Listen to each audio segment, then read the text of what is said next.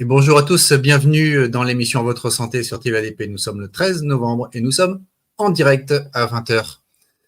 Une émission un petit peu spéciale parce qu'il peut vous paraître surprenant dans une émission qui s'appelle À Votre Santé de parler d'un sujet qui maintenant fait partie de l'histoire, de notre histoire. Je parlais du 11 septembre 2001. Tous ceux qui l'ont vécu via les écrans de télé se souviennent tous de ce qu'ils faisaient à ce moment-là, où ils étaient, avec qui. A priori, rien à voir avec la santé. Hein. Rien ? En fait, pas si sûr.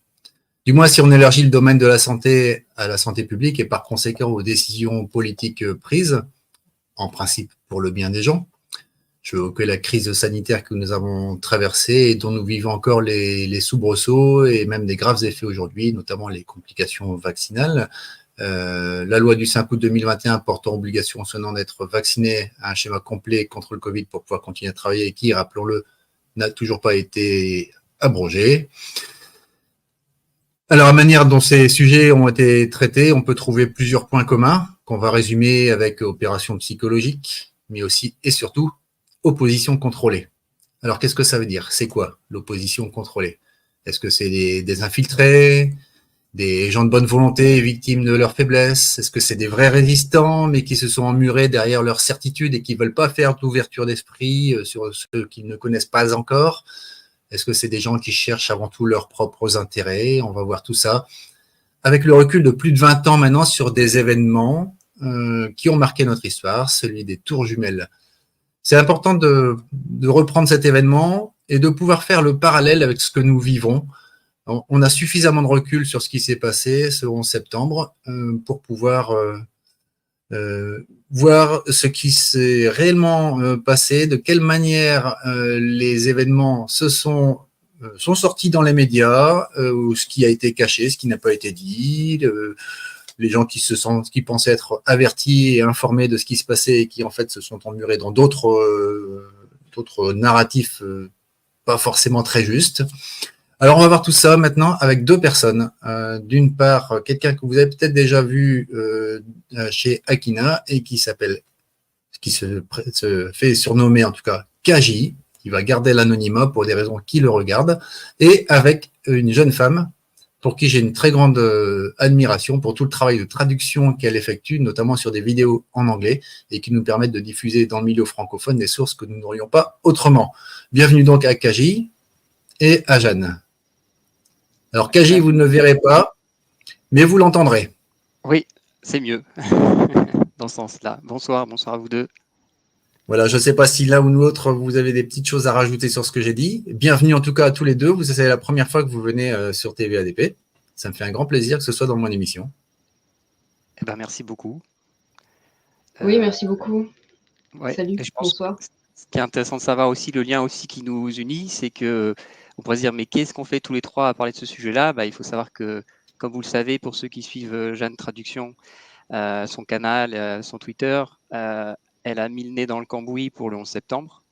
Et elle va encore vous gâter. Je pense qu'elle annoncera peut-être, elle l'a déjà annoncé, mais elle est en train de préparer plusieurs vidéos en lien avec les travaux de Judy Wood, dont on va revenir un petit peu dessus. Et puis toi, Eric, on va parler des conflits d'intérêts, mais tu as vu ma conférence sur Paris. On va dire qu'un soir, j'ai profité que tu aies une annulation pour venir me retrouver, et je suis content que tu aies pu découvrir ces travaux-là en chair et en os, donc pas derrière un écran et pas comme ça, voilà, il n'y a pas d'anonymat. Et puis je suis ravi que tu sois venu et que tu continues de porter un peu le flambeau et d'essayer et que je pense que comme tu l'as annoncé tout à l'heure, on voit le lien.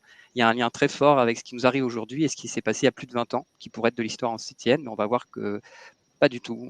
Il y a plein de liens à faire. Voilà. J'en profite pour dédier cette émission à Olivier Soulier, qui aurait vraiment adoré écouter tout ce que tu as déjà dit à ce sujet et dont tu avais parlé en rendant hommage lorsqu'on est venu à cette conférence au courant du mois de juillet avec mon épouse, et où nous avons été vraiment subjugués par tout ce que nous avons vu. On a déjà fait passer plusieurs fois, notamment sur les réseaux sociaux, les vidéos que tu as faites avec Akina. On va peut-être brièvement y revenir dessus parce que tout le monde n'a pas eu connaissance de ces travaux que tu as vulgarisés de Judy Wood. Alors je te laisse la parole. Déjà, n'hésite pas à intervenir à tout moment de l'émission. Moi, je voulais juste Donc, effectivement, la première fois que Kaji m'a contacté pour me parler du 11 septembre, moi, ma première réaction, ça a été de dire qu'on avait un petit peu fait le tour et que de toute façon, ça servait pas à grand-chose d'y revenir. Et c'est vrai que quand, à force de lui parler, j'ai fini par mettre le nez dedans, je me suis dit: «Non, mais en fait, c'est trop énorme, il a raison, ça soulève beaucoup trop de lièvres et c'est pour moi, l'événement, le plus important, du XXIe siècle aujourd'hui, en termes d'opérations psychologiques, de complot, de toutes ces choses-là. Je pense qu'il est vraiment primordial d'y revenir, c'est un petit peu un cas d'école, en fait. Donc c'est pour ça que je suis présente ce soir, parce que ça me semble important de promouvoir ce sujet. Très bien. Alors, bienvenue à tous, chers téléspectateurs, dans le terrier du lapin où on va s'enfoncer un petit peu plus. Est-ce que vous voyez mon écran ou pas de votre côté? Il arrive. Voilà. C'est bon? Super. Très bien. Bon, super. Oui, donc ce qui est intéressant, bien sûr qu'on va revenir vite fait sur ce qui a été présenté sur Akina, parce que à quoi ça sert de parler de contrôle de l'opposition si on ne sait déjà pas ce qui s'est vraiment passé? Parce que si je commence de but en blanc en vous montrant ces visages-là, il y en a qui vont dire mais qu'est-ce qu'il me raconte? Je maîtrise le sujet, je connais ces bonhommes, ils sont plutôt, on va dire, du côté des médias alternatifs, c'est-à-dire que c'est ceux qui se sont plutôt positionnés pour dire attention, on se moque de nous.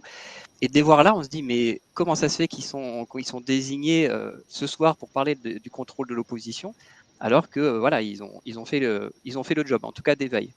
Donc il faut quand même revenir à ce qui s'est passé pour comprendre que ces gens-là, effectivement, se sont trompés. Ce qui va être intéressant de voir ce soir, c'est que pour le 11 septembre, il y aura des noms qui vont sortir. Pour le Covid-19, il n'y aura pas de noms qui vont sortir, puisque le but du jeu ce soir, c'est de comprendre les mécanismes qui permettent à l'opposition contrôlée de se mettre en place. Voilà, j'insiste parce que certains veulent tout de suite entendre des noms. Et surtout, ce que vous allez vous rendre compte, j'espère, à la fin de la conclusion de tout ça, c'est de se dire c'est super dur de trouver la différence entre quelqu'un qui est infiltré de quelqu'un qui est de bonne foi mais manipulé. Parce qu'on voit toujours beaucoup de gens qui disent oui, mais lui, il est, il est sûr de l'opposition contrôlée dans le sens infiltré, alors qu'en fait, on va se rendre compte qu'il y a des mécanismes, notamment de déni, de croyances, d'éducation, qui font qu'on peut avoir des blocages. Donc, bien sûr, le plus important, c'est qu'on va quand même revenir sur ce qui s'est passé ce jour-là, parce que tout le monde n'a pas vu ce qui a été fait sur le front médiatique avec Akina. Donc, ça va être rapide, parce que le jeu de ce soir, c'est quand même parler de l'opposition contrôlée, on ne va pas refaire le 11 septembre. Donc, c'est important quand même de revenir sur les faits. Donc, il y en a qui vont, je pense, être un peu choqués effectivement, de revoir ce qui s'est passé ce jour-là. Ils vont dire, mais j'en ai jamais entendu parler. On va voir pourquoi contrôler l'opposition. Ça paraît évident. On va voir les moyens utilisés pour contrôler cette opposition. Comment on peut l'identifier, c'est-à-dire, encore une fois, les principes, pas les individus, parce que c'est très compliqué. On va voir les figures emblématiques autour du 11 septembre. Et l'idéal, c'est pas que de faire l'état des lieux, c'est de se dire, mais est-ce qu'il n'y aurait pas des moyens de lutter contre cette infiltration cognitive qui est vraiment le mécanisme qui se met en place. Donc, comme je vous disais, moi je vais dérouler, mais il ne faut pas hésiter, effectivement, Eric et Jeanne, qui ont participé, qui connaissent les travaux, vont pouvoir aussi rebondir quand ils ont des parallèles à faire sur certains sujets. Voilà, moi je vais rester sur le septembre, on va faire aussi des parallèles avec le Covid, mais on va y arriver au fur et à mesure. Donc, vite fait, je vais reprendre rapidement les travaux de Judy Wood, qui est une ingénieure mécanique, qui, elle, a fait son enquête de son côté. Et comment elle a procédé pour comprendre ce qui s'est passé sur le jour des attentats. Donc, elle a mis plus de 6 ans pour mettre un nom sur l'arme du crime. Comment elle a procédé? Elle a fait quelque chose qu'on devrait tous faire, c'est de se dire, bon, je vais d'abord regarder tous les faits observés que je peux récolter avant d'asseoir une théorie. Voilà. Elle n'a pas mis la charrue avant les bœufs. Parce que le danger, si on fait le contraire, si on part d'abord sur une théorie et après on regarde les preuves, on va avoir tendance à faire ce qu'on appelle à avoir un biais de confirmation. C'est-à-dire qu'on veut forcément tomber sur notre théorie, on veut à tout prix la valider. Et donc, on va faire ce qu'on appelle en anglais le cherry picking, la cueillette des cerises. On va prendre ce qui nous intéresse. Ah, ça m'intéresse. Je suis parti sur telle piste, donc là, je vais prendre. Ah, ça m'intéresse, moi, je ne prends pas. Voilà. Et donc, c'est dangereux parce qu'au final, on va dans un biais de confirmation. Et la méthode qu'elle a utilisée, une fois qu'on a rassemblé les données, c'est de se dire, OK, qu'est-ce qui s'est passé? Comment ça a pu se produire? Qui a fait le coup? Et pourquoi? Et alors vous allez dire, ouais, c'est du bon sens, mais vous allez vous rendre compte que dans le cas du 11 septembre, il y a eu justement une infiltration cognitive pour nous pousser, devinez à quelle étape? À aller directement à l'étape 3. Et vous allez vous rendre compte comment on nous a manipulés pour arriver rapidement à qui a fait le coup, pour oublier qu'est-ce qui s'est passé et comment ça a pu se produire. Donc, quelques rappels sur les faits, ça va aller très vite, comme je le disais, parce que le but, c'est pas de refaire les 2-3 heures de conférences qui sont disponibles sur le front médiatique. Je vais leur montrer les liens, enfin, vous allez retrouver un peu ce qui s'est passé. Donc, juste les conclusions de Judy Wood, c'est que, en fait, c'est pas ses conclusions à elle, c'est vraiment ce qui se passe si vous regardez les images, c'est qu'en fait, les tours jumelles n'ont jamais heurté le sol. Elles ont été transformées en poussière avant leur chute et pendant leur chute, en plein air, en pleine atmosphère, elles ont été désintégrées. Le narratif officiel, bien sûr, les incendies de kérosène, vous vous doutez, si on est sur, comme je disais, si on est sur le front médiatique ou qu'on soit sur TVADP, bon, on va oublier la version officielle. On sait très bien que ce ne sont pas des incendies de kérosène qui ont pu faire tomber ce bâtiment-là. Ça aussi s'est développé dans les faits observés. Et la théorie de la démolition contrôlée conventionnelle ne sont pas en accord avec la totalité des faits observés. Et l'utilisation d'une arme à énergie dirigée, donc on a beaucoup qu'on a entendu parler ces derniers temps où on a envie de sortir ce mot-là un peu partout, mais bizarrement, quand on parle du 11 septembre, il n'y a personne qui la sort, alors qu'en 2001, il y a eu l'utilisation d'une technologie à énergie dirigée pour détruire le World Trade Center. Donc, je reviens juste vite fait sur ce que vous retrouverez dans la première conférence qui a été faite le 11 septembre 2023 sur la chaîne YouTube du Front médiatique avec Akina. Vous retrouvez une première conférence sur la démolition contrôlée conventionnelle sur le grill. On a repris toutes les preuves qui vont écarter cette technique. Donc, vite fait, vous allez voir qu'il y a une absence totale de débris. C'est-à-dire que quand vous regardez le footprint, comme on dit, l'empreinte des bâtiments par terre une fois que la scène du crime a eu lieu, en fait, il n'y a rien. C'est-à-dire que vous n'allez pas retrouver de débris, ce qui a fait dire aux gens que c'était en sous-sol, etc. Mais ça aussi, c'est débunké, il n'y a absolument rien. Donc, il n'y a pas de débris. Vous n'avez pas d'impact sismique, alors que vous avez l'équivalent de 7 ou 8 paquebots Titanic qui viennent de s'écrouler. Vous n'avez pas d'impact sismique. Vous avez ce qu'elle a créé en anglais, le mot poussiérisation. Il y en a, je sais, qui ont du mal, mais c'est vraiment ça, les tours partent en poussière. Là, vous avez une l'illustration qu'on voit en image, c'est pas de la fumée. Beaucoup de gens ont cru que c'était de la fumée. C'est de la poussière. Vous avez aussi des survivants. Dans le World Trade Center numéro 1, la tour nord, quand elle est tombée, vous avez des survivants à l'intérieur. C'est très important qu'il y ait des survivants. Ça nous indique qu'il y a ils ont peut-être des choses à nous raconter, et ils ont raconté des choses. Le deuxième live a eu lieu un mois plus tard, le 11 octobre. On voulait marquer le coup 11-11. Dans ce live-là, on complète la démonstration, parce que beaucoup étaient restés sur leur fin en disant bon, t'es mignon, tu nous fais sauter la démolition contrôlée conventionnelle, déjà tu nous énerves, mais est-ce qu'il n'y a pas une autre piste, parce que on a envie de comprendre ce qui s'est passé. Et donc dans cette conférence, j'ai abordé le fait qu'il n'y avait pas de chaleur, c'est-à-dire qu'on a beau parler de brasier, de métal fondu, en fait rien, il n'y a aucune chaleur. Les effets, on a vu énormément d'effets spécifiques sur les matériaux, on a vu de la dissociation moléculaire, ce qui expliquera d'ailleurs la thermite, pour ceux qui ont regardé la conférence. Et surtout, on a vu de la fusion à froid qui explique le fameux métal fondu dont tout le monde parle. Et quand on regarde le peu de vidéos qui existent où on voit du métal fondu, on voit des gars en train d'intervenir. Ils sont à même pas 1 mètre du métal fondu. Ils ont les bras nus. Ils n'ont pas de masque. Ils n'ont rien. Donc, je peux vous dire que si c'était du métal fondu, ça doit faire plus de 1000-1500 degrés. Ils devraient être en train de bouillir sur place. De cramer, Les effets spécifiques sur les matériaux, tu penses notamment à cette feuille de la Bible qu'on a retrouvée sur une Alors ça, c'est partie plutôt de la dissociation moléculaire. Les effets spécifiques sur les matériaux, tu sais, c'était tout ce qui est sur les effets sur les voitures, les trous dans les voitures, les trous dans les bâtiments, le vieillissement rapide des bâtiments. Il faut savoir que beaucoup de gens aiment bien répéter 2 avions égale 3 tours ou 3 bâtiments. En fait, c'est 2 avions égale 8 bâtiments, c'est-à-dire il y a 7 bâtiments qui ont été détruits ce jour-là, qui étaient dans un sale état. Et vous avez un 8e bâtiment qui a beau avoir été rénové. Malgré les rénovations, il a continué à se désintégrer, à rouiller extrêmement. Donc, c'est les photos, tu te rappelles, où on voit un bus complètement détruit alors qu'il n'y a rien qui lui est passé dessus. C'est ça les effets spécifiques. Et aussi, tu sais, c'est les courbes, les poutres courbées qui ont fait dire bon, là, il y a eu de la chaleur parce que les courbes ont courbé, c'est pas possible. C'est ça les effets spécifiques sur les matériaux. Il y en a plein, on appelle ça l'effet Hutchison, qui porte son nom grâce à John Hutchison qui a trouvé ça, qui a travaillé avec Judy Wood sur justement comment dire, le parallèle entre ce que lui il avait trouvé comme effet et le fait que en fait, sur le World Trade Center, c'est exactement ce qu'on retrouvait. D'ailleurs, le voilà, merci de m'avoir devancé sur qu'est-ce que tu appelles effet spécifique sur les matériaux.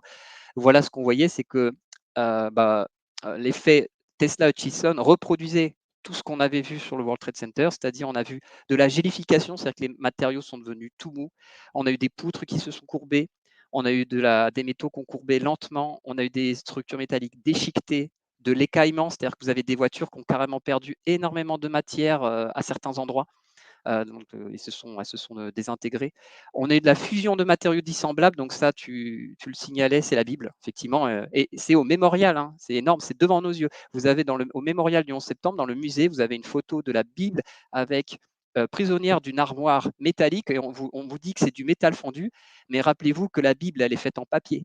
Donc la feuille de papier, si elle était prisonnière du métal fondu, elle doit avoir été complètement brûlée. Elle ne peut pas rester comme ça. Donc, le métal s'est re-solidifié à froid. Donc, c'est bien du métal fondu qu'on a eu, mais à froid. Ce qui nous paraît complètement invraisemblable. On n'a jamais eu ça en TP de physique à l'école. On se dit, mais qu'est-ce que c'est que cette histoire-là? Qu'est-ce qu'on nous cache? Donc, on va en venir à l'opposition contrôlée, bien sûr. Vous avez un vieillissement clairsemé rapide, comme je vous ai dit. Il y a des véhicules qui ont rouillé extrêmement rapidement en quelques jours. Vous avez des bâtiments qui ont dû être, voilà, le Bankers Trust, qui est le 8e bâtiment, il a été détruit après parce qu'il n'arrêtait pas de continuer de rouiller extrêmement vite. Vous avez eu des phénomènes de lévitation. Il y a des gens qui racontent qu'ils ont lévité dans la rue. Ils se sont cachés sous les voitures. Les voitures sont parties en lévitation. Vous avez le métal à l'allure toastée, c'est-à-dire que vous avez des voitures, on a l'impression qu'elles ont été calcinées, mais il y a des endroits où elles sont complètement intactes. Vous avez un changement brutal entre la partie intacte et la partie non intacte. Normalement, on doit avoir un gradient de température, donc on doit avoir un gradient dans la calcination. Et là, c'est vraiment brutal. Vous avez des zones aussi circulaires au niveau de ces voitures. Enfin, elles ne ressemblent pas du tout à une voiture calcinée avec un procédé thermique. Vous avez des trous circulaires dans les matériaux. Donc ça, vous vous rappelez, c'est la vue de l'hélicoptère. Quand on regarde le WTC, on voit des trous circulaires dans les bâtiments, comme si il y a des gruyères en fait. On se dit, qu'est-ce qui a pu faire ça? Vous avez une réduction de masse des matériaux. Vous avez vu, c'était des bâtiments qui faisaient plus de 500 000 tonnes. Si vous jouiez au Lego, vous amusez à reprendre tout ce qui est par terre et vous voulez reconstruire vos tours, vous n'y arriverez pas. Et même en allant aux alentours, il n'y a plus rien. Tout est parti, tout a été surtout poussiérisé dans l'atmosphère. Vous avez des trous arrondis dans le verre. Ça aussi, c'est exceptionnel. Quand vous lancez un caillou sur une vitre, vous n'allez pas faire un trou circulaire. C'est impossible. Et là, sur ce jour-là, vous avez énormément de trous circulaires dans le verre. Vous avez l'aspect de mousse écume, c'était la poussière qui faisait comme des rouleaux de volcans explosifs ou de décollage de fusées, de propulsion de fusées, etc. On voit que la poussière avait énormément d'énergie. Vous avez des émanations. Alors, émanation, c'est le mot pour dire, malheureusement, qui a été utilisé, c'était fumée. On voit des fumées d'incendie. Non, ce sont des émanations de poussière, de l'effritement, de la transmutation. Donc, pour les alchimistes, voilà, c'est la transmutation. On a eu des éléments qui se sont transformés en d'autres éléments. Les feux étranges, c'était pour signaler les feux qui n'ont pas de chaleur. Donc ça aussi, c'est complètement dissonant. On voit des voitures qui prennent feu avec au pied des voitures énormément de papier. Il n'y a pas un papier qui prend feu. On voit des structures en aluminium qui sont soi-disant en train de brûler. Et à côté, vous avez des éléments en papier. Il n'y a rien qui brûle. Et ça fait référence à la luminescence du métal. En fait, vous avez des phénomènes de luminescence du métal sans chaleur. Votre métal brille, mais n'a pas de chaleur. Et vous avez de la fusion sans chaleur. Et donc, comme je vous disais, ce qu'a fait Judy Wood, c'était de récolter tous les faits observés et ensuite de les confronter aux théories.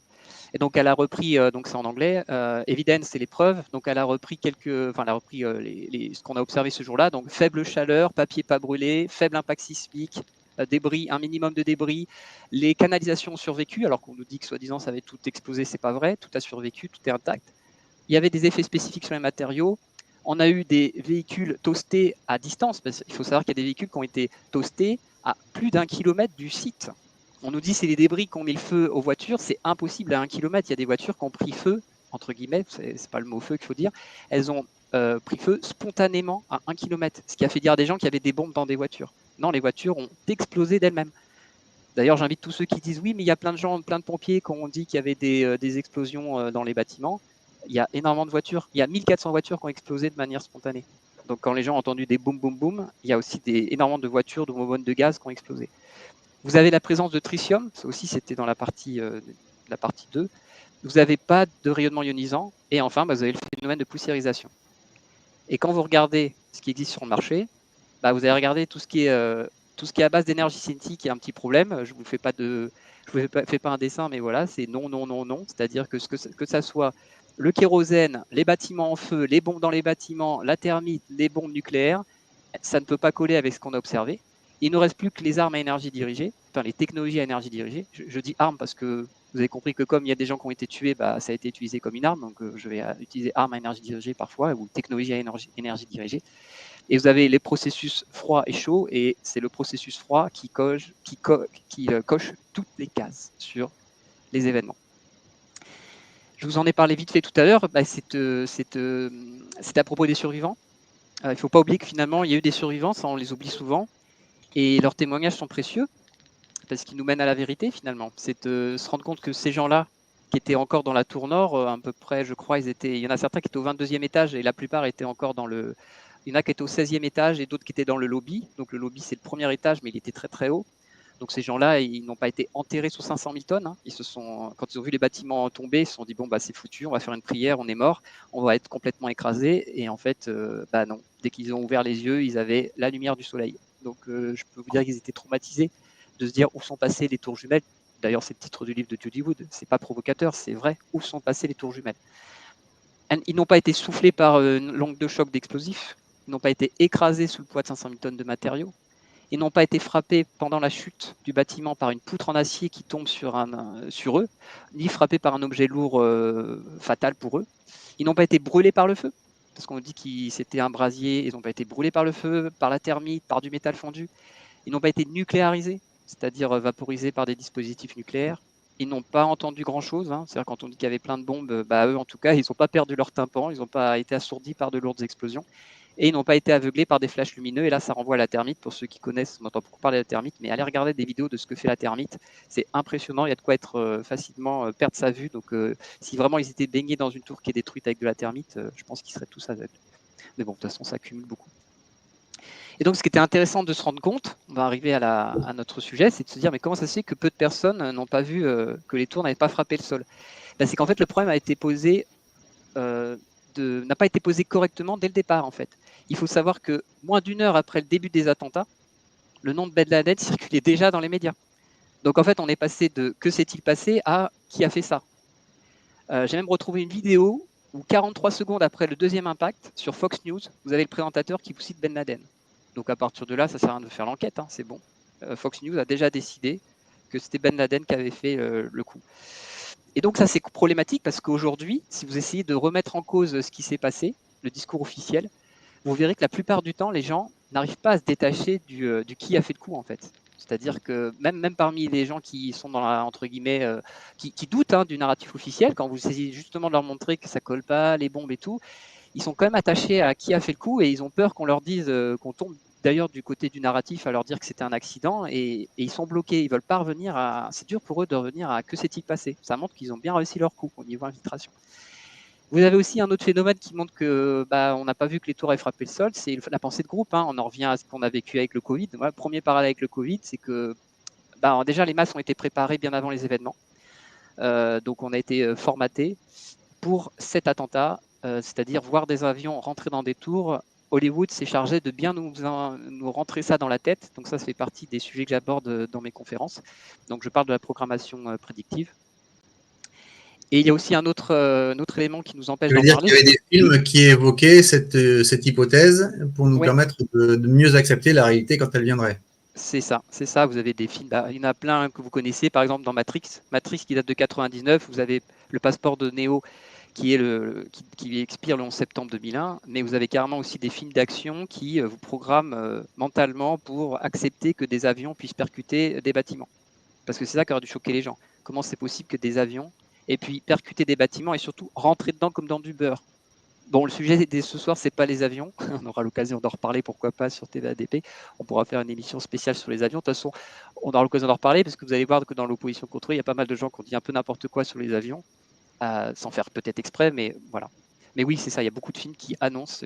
J'en ai répertorié au moins 40, 50 qui annoncent les événements. On a vraiment été programmés en amont. Et je ne vous cache pas que le Covid-19, il y en a qui ont fait aussi un super travail. Et le Covid-19, on a aussi été programmé. Déjà, je pense qu'il y en a plein qui ont remarqué que les 10-15 dernières années, on a eu énormément de films sur les pandémies, les contagions, où seul un vaccin miracle pourra sauver l'humanité. Donc ça aussi, ça aide un peu à accepter les solutions qu'on nous propose. Et le dernier point, c'est les conséquences de ce scénario. C'est-à-dire que c'est compliqué d'aller en parler. Hein. C'est-à-dire qu'aller dire aux gens, bah, tu sais, c'est même pas des bombes qu'on fait le coup, mais en fait, ils ont utilisé une arme à énergie dirigée. Bon courage, on va vous prendre vraiment pour un fou, on va vous demander de porter un chapeau en aluminium, même si vous êtes réputé pour être un bon complotiste. Et donc, en fait, on va s'auto-censurer, on va y aller doucement, quoi. On va y aller doucement. On va se dire, bon, je vais peut-être pas y aller comme ça. Et donc, pour éviter certains pièges, c'était finalement les pièges dans lesquels on est tombé, c'est qu'on a eu comme réflexe de nommer systématiquement ce qu'on voit avec des concepts qu'on connaît. Et malheureusement, il ne faut pas oublier qu'on ne maîtrise pas forcément tout, notamment dans le domaine militaire. Tout n'est pas publié. On ne va pas nous crier sur les toits qu'il y a des armes qui existent, surtout de ce type-là. Et donc, il faut se forcer quand on se force à nommer la cause des phénomènes observés, à mettre dans une case, oh c'est HAARP, oh c'est les épandages, oh c'est une arme sismique, etc. Bah, ça peut nous amener sur des fausses pistes, et ça a été complètement le cas pour le 11 septembre. Et puis une autre solution pour éviter certains pièges, bah, c'est de garder une pensée souveraine, c'est-à-dire apprendre à ne pas se censurer soi-même déjà, ni à censurer les autres, accueillir toutes les infos qui arrivent. Ça ne veut pas dire de prendre pour argent comptant tout ce qu'on nous dit, il faut aller vérifier, mais déjà ne pas mettre un filtre en disant non, mais c'est n'importe quoi ce que tu me racontes. Allons vérifier d'abord, avant de dire c'est n'importe quoi. Et donc, bah, on en arrive à là, c'est comment ça se fait. Pour ceux qui ont vu les travaux de Judy Wood, il y en a plein qui s'en rendent compte, c'est-à-dire comment ça se fait que 22 ans après, on en est là. C'est-à-dire que les travaux de Judy Wood sont peu connus. Je pense qu'aujourd'hui, s'il y a des gens qui nous suivent en live ou qui verront le replay, ils diront mais qu'est-ce qu'il raconte? J'ai rien compris. Qu'est-ce qu'il me raconte d'armes énergie dirigée? Moi, j'étais resté sur le boum boum boum. Donc, comment ça se fait que c'est peu connu alors que tout ça, elle l'a publié en 2007. Déjà, elle a fait connaître ses travaux en 2007. Elle a fait une procédure, elle a fait une action en justice, une des seules à avoir attaqué certaines entreprises qui se sont occupées de nous expliquer ce qui s'était passé ce jour-là. Et elle a repéré des conflits d'intérêts, donc c'est la seule qui a attaqué. Et elle a fait un livre qui est sorti en 2011. Et ces travaux, en plus, sont connus finalement parce qu'ils sont cités dans le documentaire du 11 septembre, The Great American Psy Opera, d'Ace Baker, que beaucoup aiment bien partager. On va aller voir un peu ce que raconte Ace Baker d'ailleurs à ce sujet. Malheureusement, dans son documentaire, il est connu pour avoir Ace Baker est connu pour avoir promu la théorie sur les fake vidéos des avions. C'est-à-dire qu'il a fait c'est un spécialiste des effets vidéo, des effets spéciaux. C'est ça, on va en parler tout à l'heure justement. Je sais que tu as regardé un petit peu et puis Jeanne aussi. Vous allez voir, quand on commence à creuser un peu le background des bonhommes, on ne comprend pas comment il a pu passer à côté d'autres choses, on va dire. Donc soit il joue un mauvais jeu, soit il n'en fait pas exprès, mais quand même, c'est bizarre quand même. Et donc aujourd'hui, il n'y a pas photo. Les travaux de Judy Wood, même pour ceux qui doutent, ils sont rejetés. C'est-à-dire que voilà, même après les conférences avec Akina, vous avez des gens qui n'ont pas regardé, ils ne peuvent pas regarder parce que ils estiment que c'est n'importe quoi. Et puis même ceux qui ont regardé, il y en a certains, c'est trop compliqué, ça fait appel à des concepts qu'on ne connaît pas. Donc la démotion contrôlée conventionnelle est rassurante, il reste la piste incontournable.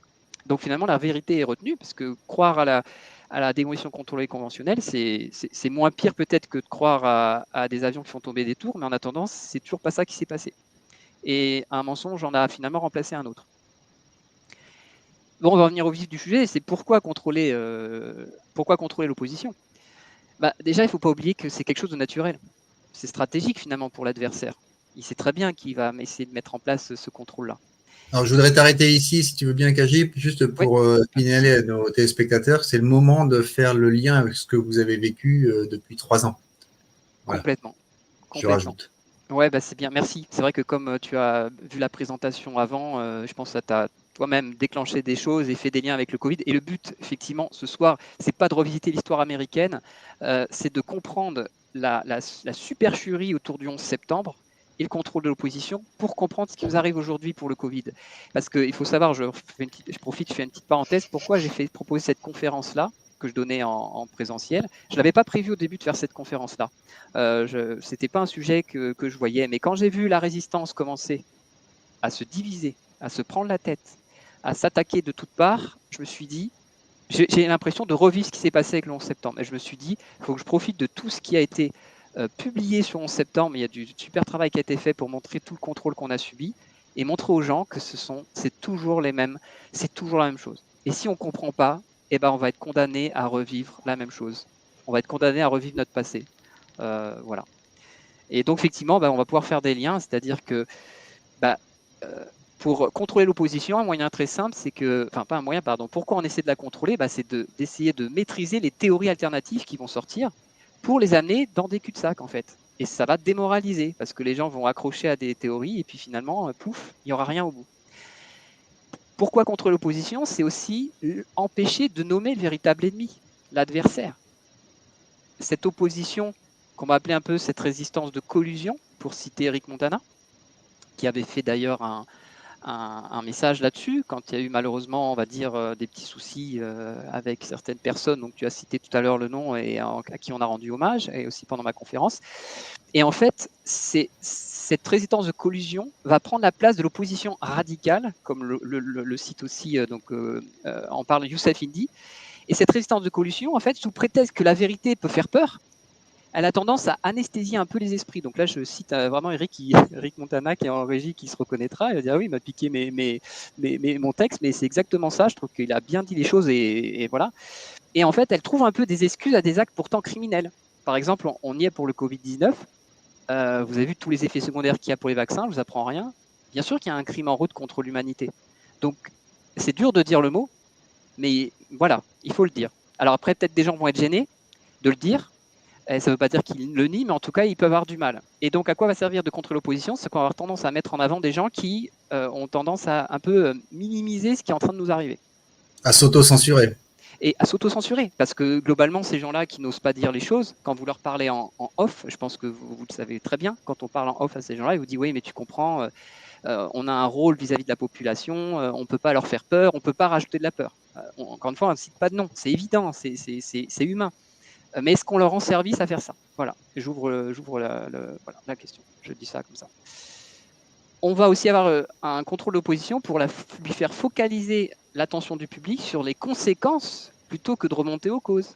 Et là, vous n'avez pas que le Covid, mais il y a énormément de sujets, même actuels, où vous vous rendez compte qu'on est en train de faire parler les gens sur les conséquences plutôt que de remonter aux causes. Vous avez les conflits qui nous arrivent, tout ce qui est guerre en Ukraine, tous les conflits. À chaque fois, on regarde que les conséquences, mais on oublie de regarder pourquoi on en est arrivé là. Et ça, c'est le rôle de contrôler l'opposition, c'est de la faire faire en sorte qu'on regarde que les conséquences. Et vous avez aussi, bien sûr, le but ultime, c'est d'empêcher, voire de réduire les actes et surtout d'alimenter la controverse. Quand vous allez réduire les actes, vous allez donc favoriser l'immobilisme et donc vous allez empêcher les actions en justice, par exemple. Le but du jeu, c'est de faire en sorte que personne n'aille au tribunal, personne n'aille au bout au niveau des procès, etc. On va démoraliser les gens et surtout, on va leur faire attendre un sauveur extérieur. Et donc, on va aussi alimenter la controverse. Et la controverse, on va voir tout à l'heure à quoi elle peut servir. Donc, on va appliquer ça 11 septembre, parce que c'est on va dire, c'est un peu la théorie, mais concrètement, qu'est-ce qui s'est passé pour 11 septembre? Eh bien, en fait, le contrôle de l'opposition, pourquoi elle a été mise en place pour 11 septembre? Ça a été mis en place pour empêcher un maximum d'individus de regarder eux-mêmes les preuves. Et après, qu'est-ce qui leur est arrivé? En les empêchant de regarder les preuves, on les fait adhérer aux théories qu'ils n'ont pas vérifiées. Donc là, vous avez un petit bonhomme, il faut imaginer qu'il est en train de regarder devant lui, il a plusieurs stands devant lui, il demande que s'est-il passé, et il y a un stand qui lui propose « Viens, c'est des avions détournés, et il y a eu du feu de kérosène », donc ça c'est le narratif officiel. Vous avez quelqu'un qui va dire « Arrête, c'est n'importe quoi, c'est des explosifs ». Non, arrête, c'est de la thermite. Non, c'est des mini-bombes nucléaires. Et donc, il va avoir tendance à choisir. Et donc, le but de l'opposition contrôlée, c'est d'empêcher le petit bonhomme de regarder derrière lui. Et derrière lui, il y a les preuves. Et s'il regardait les preuves, il verrait que tout ce qui est devant lui, c'est complètement faux. Et à quoi a servi l'opposition contrôlée dans le cadre du 11 septembre? C'était de dissimuler l'usage d'une technologie avancée. Et c'était une technologie à énergie dirigée. Et ça change tout. Il y a aussi autre chose qui a été dissimulée, mais ce n'est pas le sujet. Je le garde pour l'instant. Le plus important, c'est vraiment la technologie à énergie dirigée qui a été dissimulée ce jour-là. Et donc, on nourrit une opposition qui, avec d'autres sujets, parce qu'on se dit, ça, c'est des choses que tout le monde connaît. Les gens savent ce que c'est, les explosifs, la thermite, les mini-bombes nucléaires, c'est des concepts qu'on connaît, mais personne ne connaît l'usage d'une technologie à énergie dirigée. Et peut-être qu'on ne veut pas qu'on le sache, peut-être qu'il y a l'intention de la réutiliser. Je pense qu'elle a déjà été réutilisée. Enfin, c'est pas je pense, je sais qu'elle a déjà été réutilisée. Ces technologies sont déjà réutilisées, mais elles sont cachées. Je parlais de la controverse tout à l'heure. C'est un outil incontournable des médias. Pourquoi? Parce que la controverse, elle fait quoi? Elle va vous distraire. Pendant ce temps, vous ne regardez pas les preuves et on n'en discute pas. Elle va garder donc le public occupé avec des problèmes qui font appel à l'émotionnel ou qui sont sans importance. Elle va diviser le public en des camps qui s'opposent. Donc là, on en revient au fameux diviser pour mieux régner. Je pense que voilà, en lisant ça, vous vous dites, mon Dieu, on l'a vécu avec le Covid, on le vit avec tous les sujets où le but de diviser pour mieux régner, on le voit tout le temps, tout le temps. La controverse va aussi renforcer la piste d'un nouveau mensonge. Oui, puis quand je voulais dire, elle divise le public en des camps qui s'opposent, on a le fameux phénomène de polarisation. C'est-à-dire qu'on nous demande toujours de choisir entre deux trucs tout le temps, tout le temps. Vous le voyez en ce moment, ce qu'on subit avec le conflit, je ne vais pas le citer, mais vous voyez, on est obligé de choisir un camp et si on ne choisit pas, limite, on n'a pas le droit, c'est interdit, on est obligé de choisir. On n'arrête pas de nous polariser, blanc, noir. Oui, non, on doit choisir, on n'a pas le droit de ne pas choisir. On nous force. La controverse va aussi permettre de renforcer la piste d'un nouveau mensonge, c'est-à-dire qu'on va vous remettre une bille dans la machine, une pièce dans la machine, par exemple, on va vous dire que oui, un ex-agent du Pentagone, un retraité, annonce qu'il savait que les avions allaient être détournés, donc ça remet une piste dans le narratif officiel avec le détournement des avions, Ben Laden, etc. Alors les gens ils se disent, bon, bah, c'est le Pentagone qui le dit, c'est pas n'importe quoi.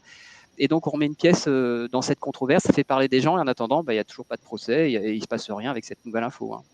D'ailleurs, on en a eu, il y a 6 mois, 1 an, on a eu une info de ce type-là. Il ne s'est strictement rien passé depuis. Hein. Ça ne sert à rien. Ça fait juste parler. Et vous allez remplir, la controverse, ça va vous permettre de remplir le temps d'information à chaque date d'anniversaire des attentats.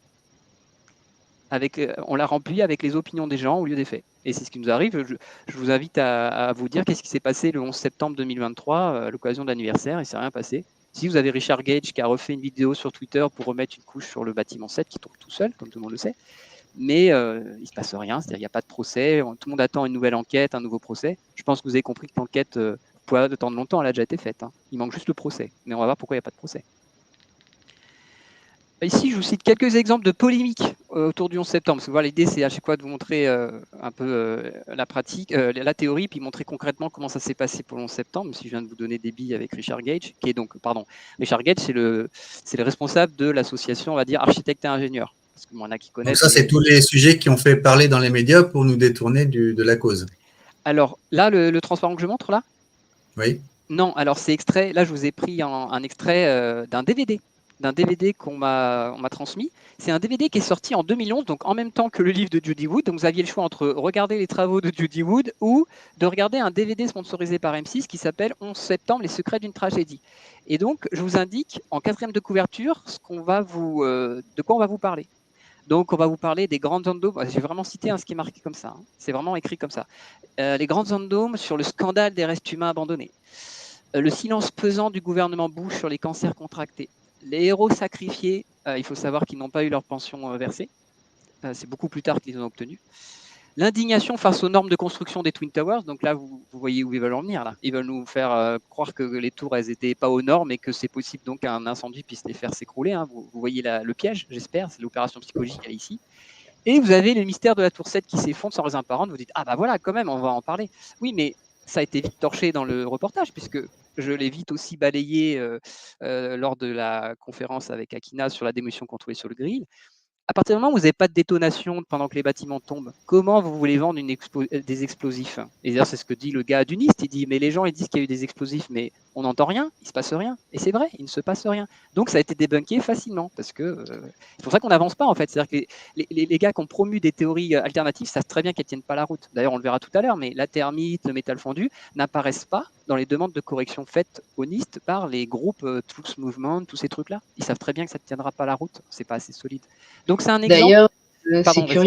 D'ailleurs, c'est curieux qu'ils parlent des restes humains abandonnés parce que justement, dans les documentaires que je vais bientôt publier là, qui prennent un peu de temps à être traduits, ils expliquaient justement que sur les 3000 personnes qui étaient censées avoir perdu la vie lors de l'événement du 11 septembre, ils avaient retrouvé extrêmement peu de corps. Et que ça s'explique du coup par l'utilisation de cette arme à énergie dirigée.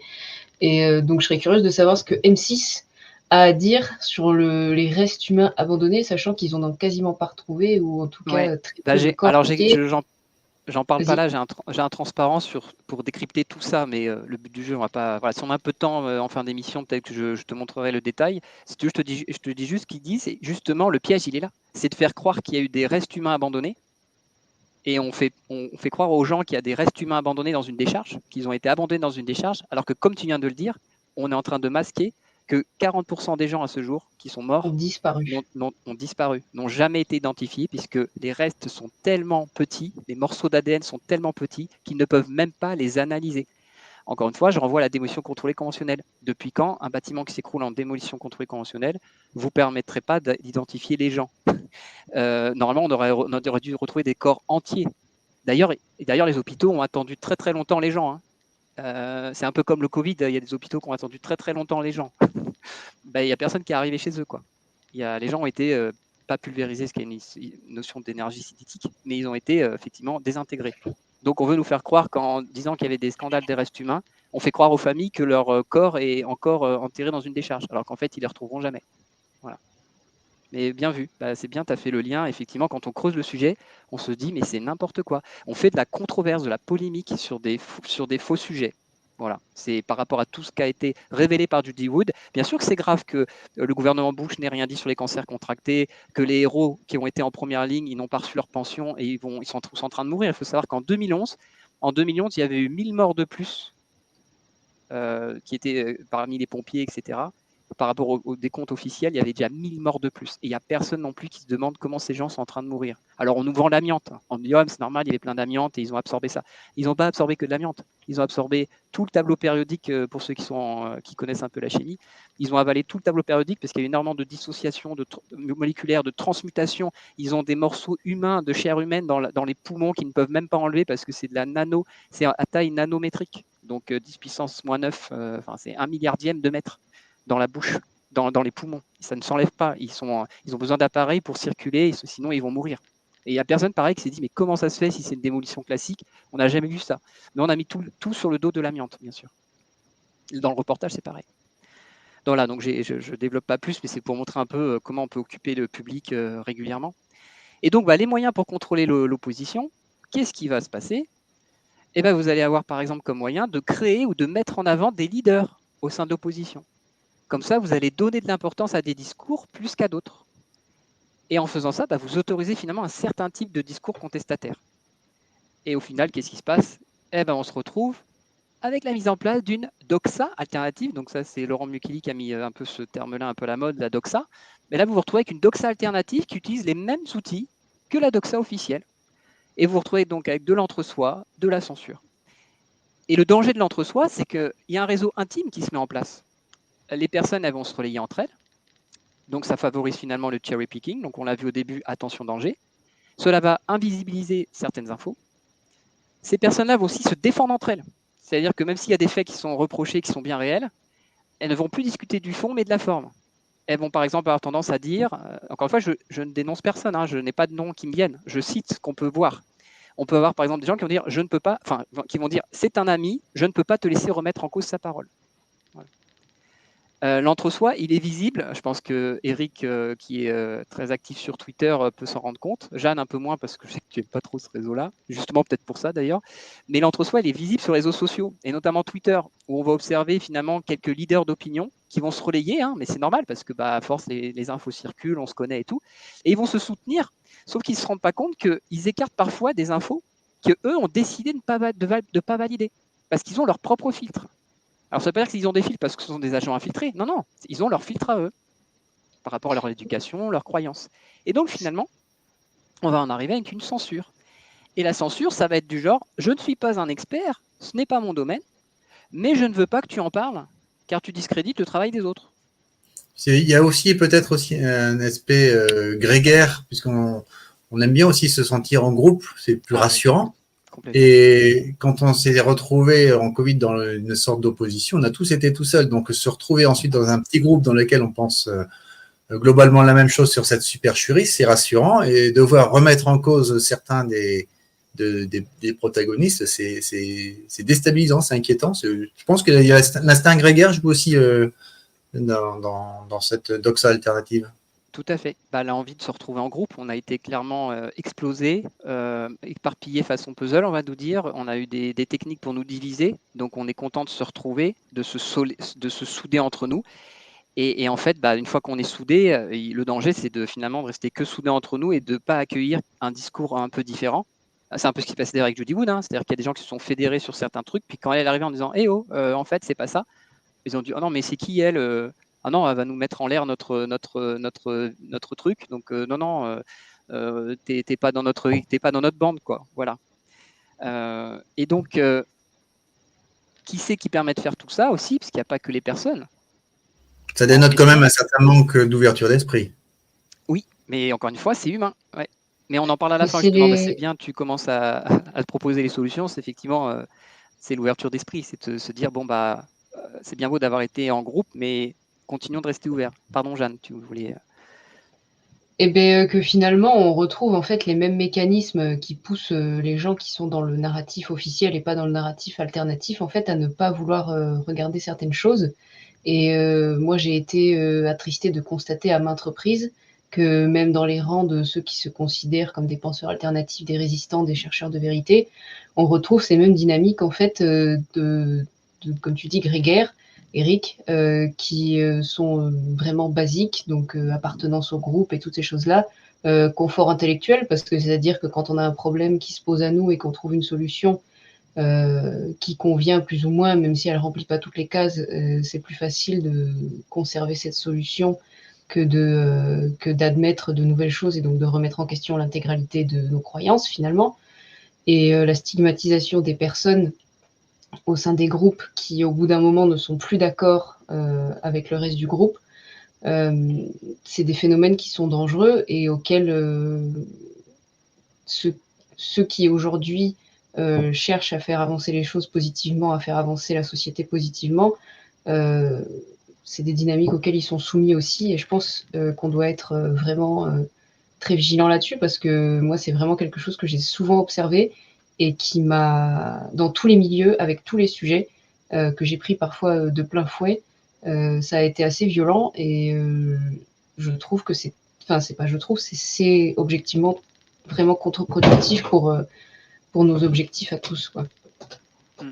En fait, on se retrouve à reproduire ce qu'on critique de la doxa officielle, c'est de se dire que Exactement. sous prétexte qu'ils sont nombreux à le dire, c'est forcément vrai. Et là, on n'est pas d'accord parce qu'on dit bah non, c'est pas comme ça que ça fonctionne. Et puis quand d'un autre côté, c'est ce qui nous arrive, on fait la même chose, c'est-à-dire qu'on a des groupes qui se mettent en place et qui deviennent gros. Sur Twitter, c'est par exemple des gens qui ont beaucoup de followers, donc une grande influence.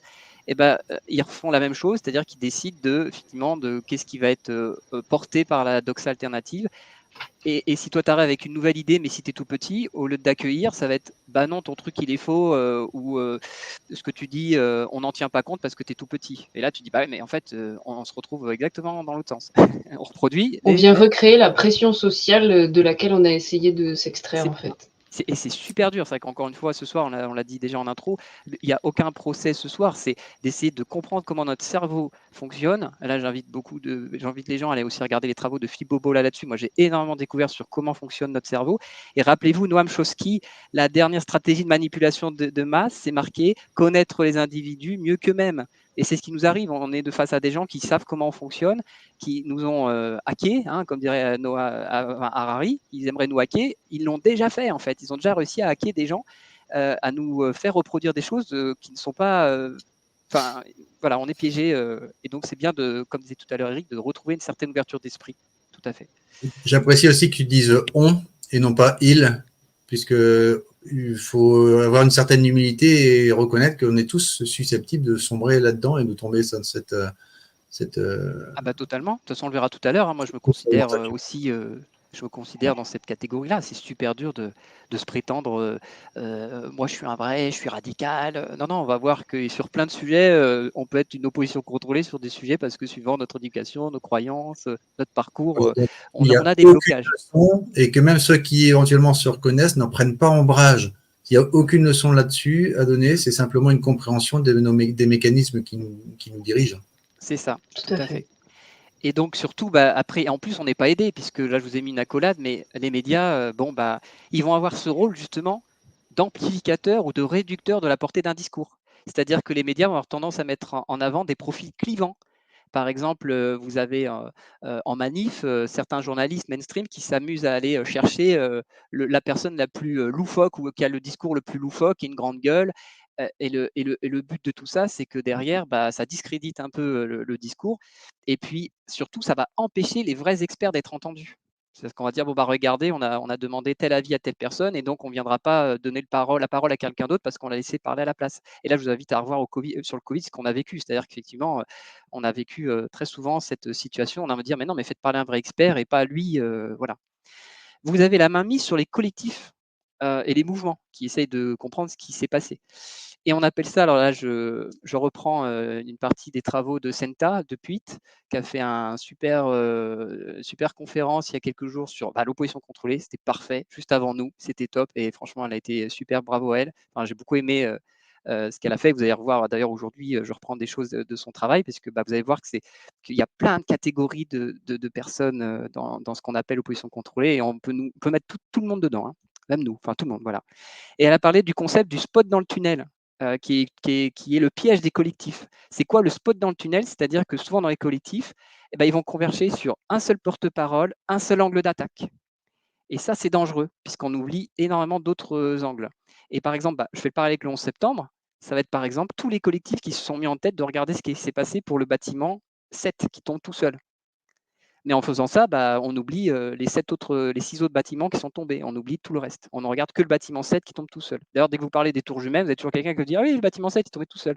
C'est vraiment une opération psychologique. À chaque fois, malheureusement, tout est ramené au bâtiment 7 qui est tombé tout seul, alors que ce qui est arrivé aux tours jumelles est remarquable au sens premier du terme. Pour le Covid-19, je vais me permettre de faire le parallèle. Vous avez le côté spot dans le tunnel, c'est-à-dire que vous allez avoir des collectifs qui vont avoir la réduction de la transmission due au vaccin qui va être leur objectif. Voilà, c'est-à-dire que c'est ça qu'il faut faire tomber. D'ailleurs, Eric, tu étais au Sénat pour l'abrogation de la loi, l'obligation vaccinale. Là, c'est vraiment faire sauter le pass sanitaire en disant que la réduction de la transmission, c'était n'importe quoi et donc il faut le faire sauter. Et c'est dommage parce que on oublie de prendre les travaux sur la protection. On oublie de montrer qu'au départ, ça a été déjà démontré par Christine Coton très rapidement, les essais Pfizer ne montraient aucune protection. Ou comme dirait Pierre Chaillot, les vaccins vous protègent d'un test PCR positif. Voilà. Il n'y a aucune protection. Le 95%, c'était juste basé sur des tests. Donc, c'est dommage de ne pas attaquer les deux volets. Je ne dis pas qu'il ne faut pas attaquer la réduction, hein, mais on aurait pu attaquer la réduction, la protection et puis d'autres sujets. Après, pour avoir écouté les discours et notamment celui de David Guillon, voilà, c'était, ça fait mouche, quoi. C'est très, très, très puissant et très solide. Enfin, de toute façon, voilà, les gens qui sont là font très bien ce qu'ils font. Et en fait, l'autre action qu'il y a pour avoir la main mise sur les collectifs, c'est déjà donc les infiltrer pour les guider vers cette histoire de spot dans le tunnel, c'est-à-dire avoir un seul objectif avec un seul porte-parole. Comme ça, si le porte-parole tombe, on fait tomber tout l'assaut, tout le collectif.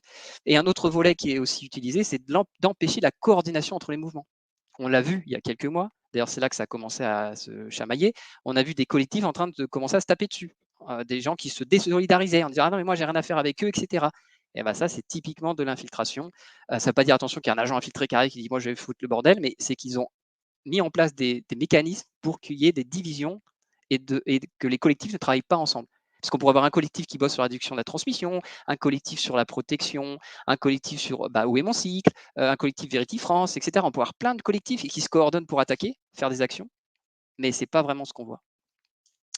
Vous avez le fameux pourrissement de l'information, c'est-à-dire que vous allez avoir des sources, vous allez avoir un titre qui arrive, un article avec un super titre attirant, et en fait, il n'y a pas de source, il n'y a rien.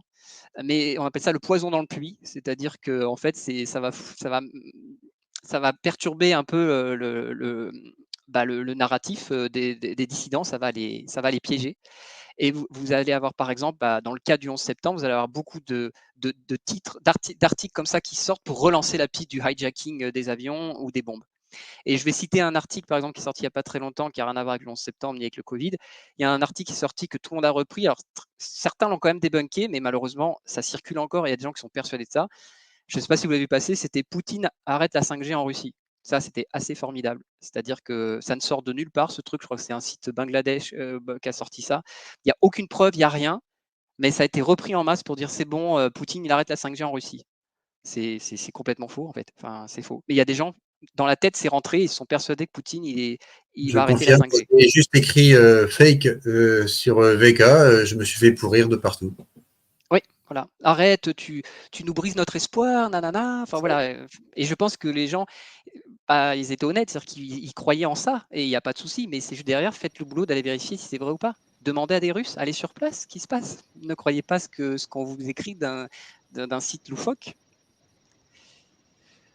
Et on va en arriver à une autre stratégie pour nous manipuler. On appelle ça la stratégie de la cover-up multicouche. Alors cover-up, c'est la couverture, c'est-à-dire qu'est-ce qu'on met en place pour couvrir l'arme du crime, on va dire.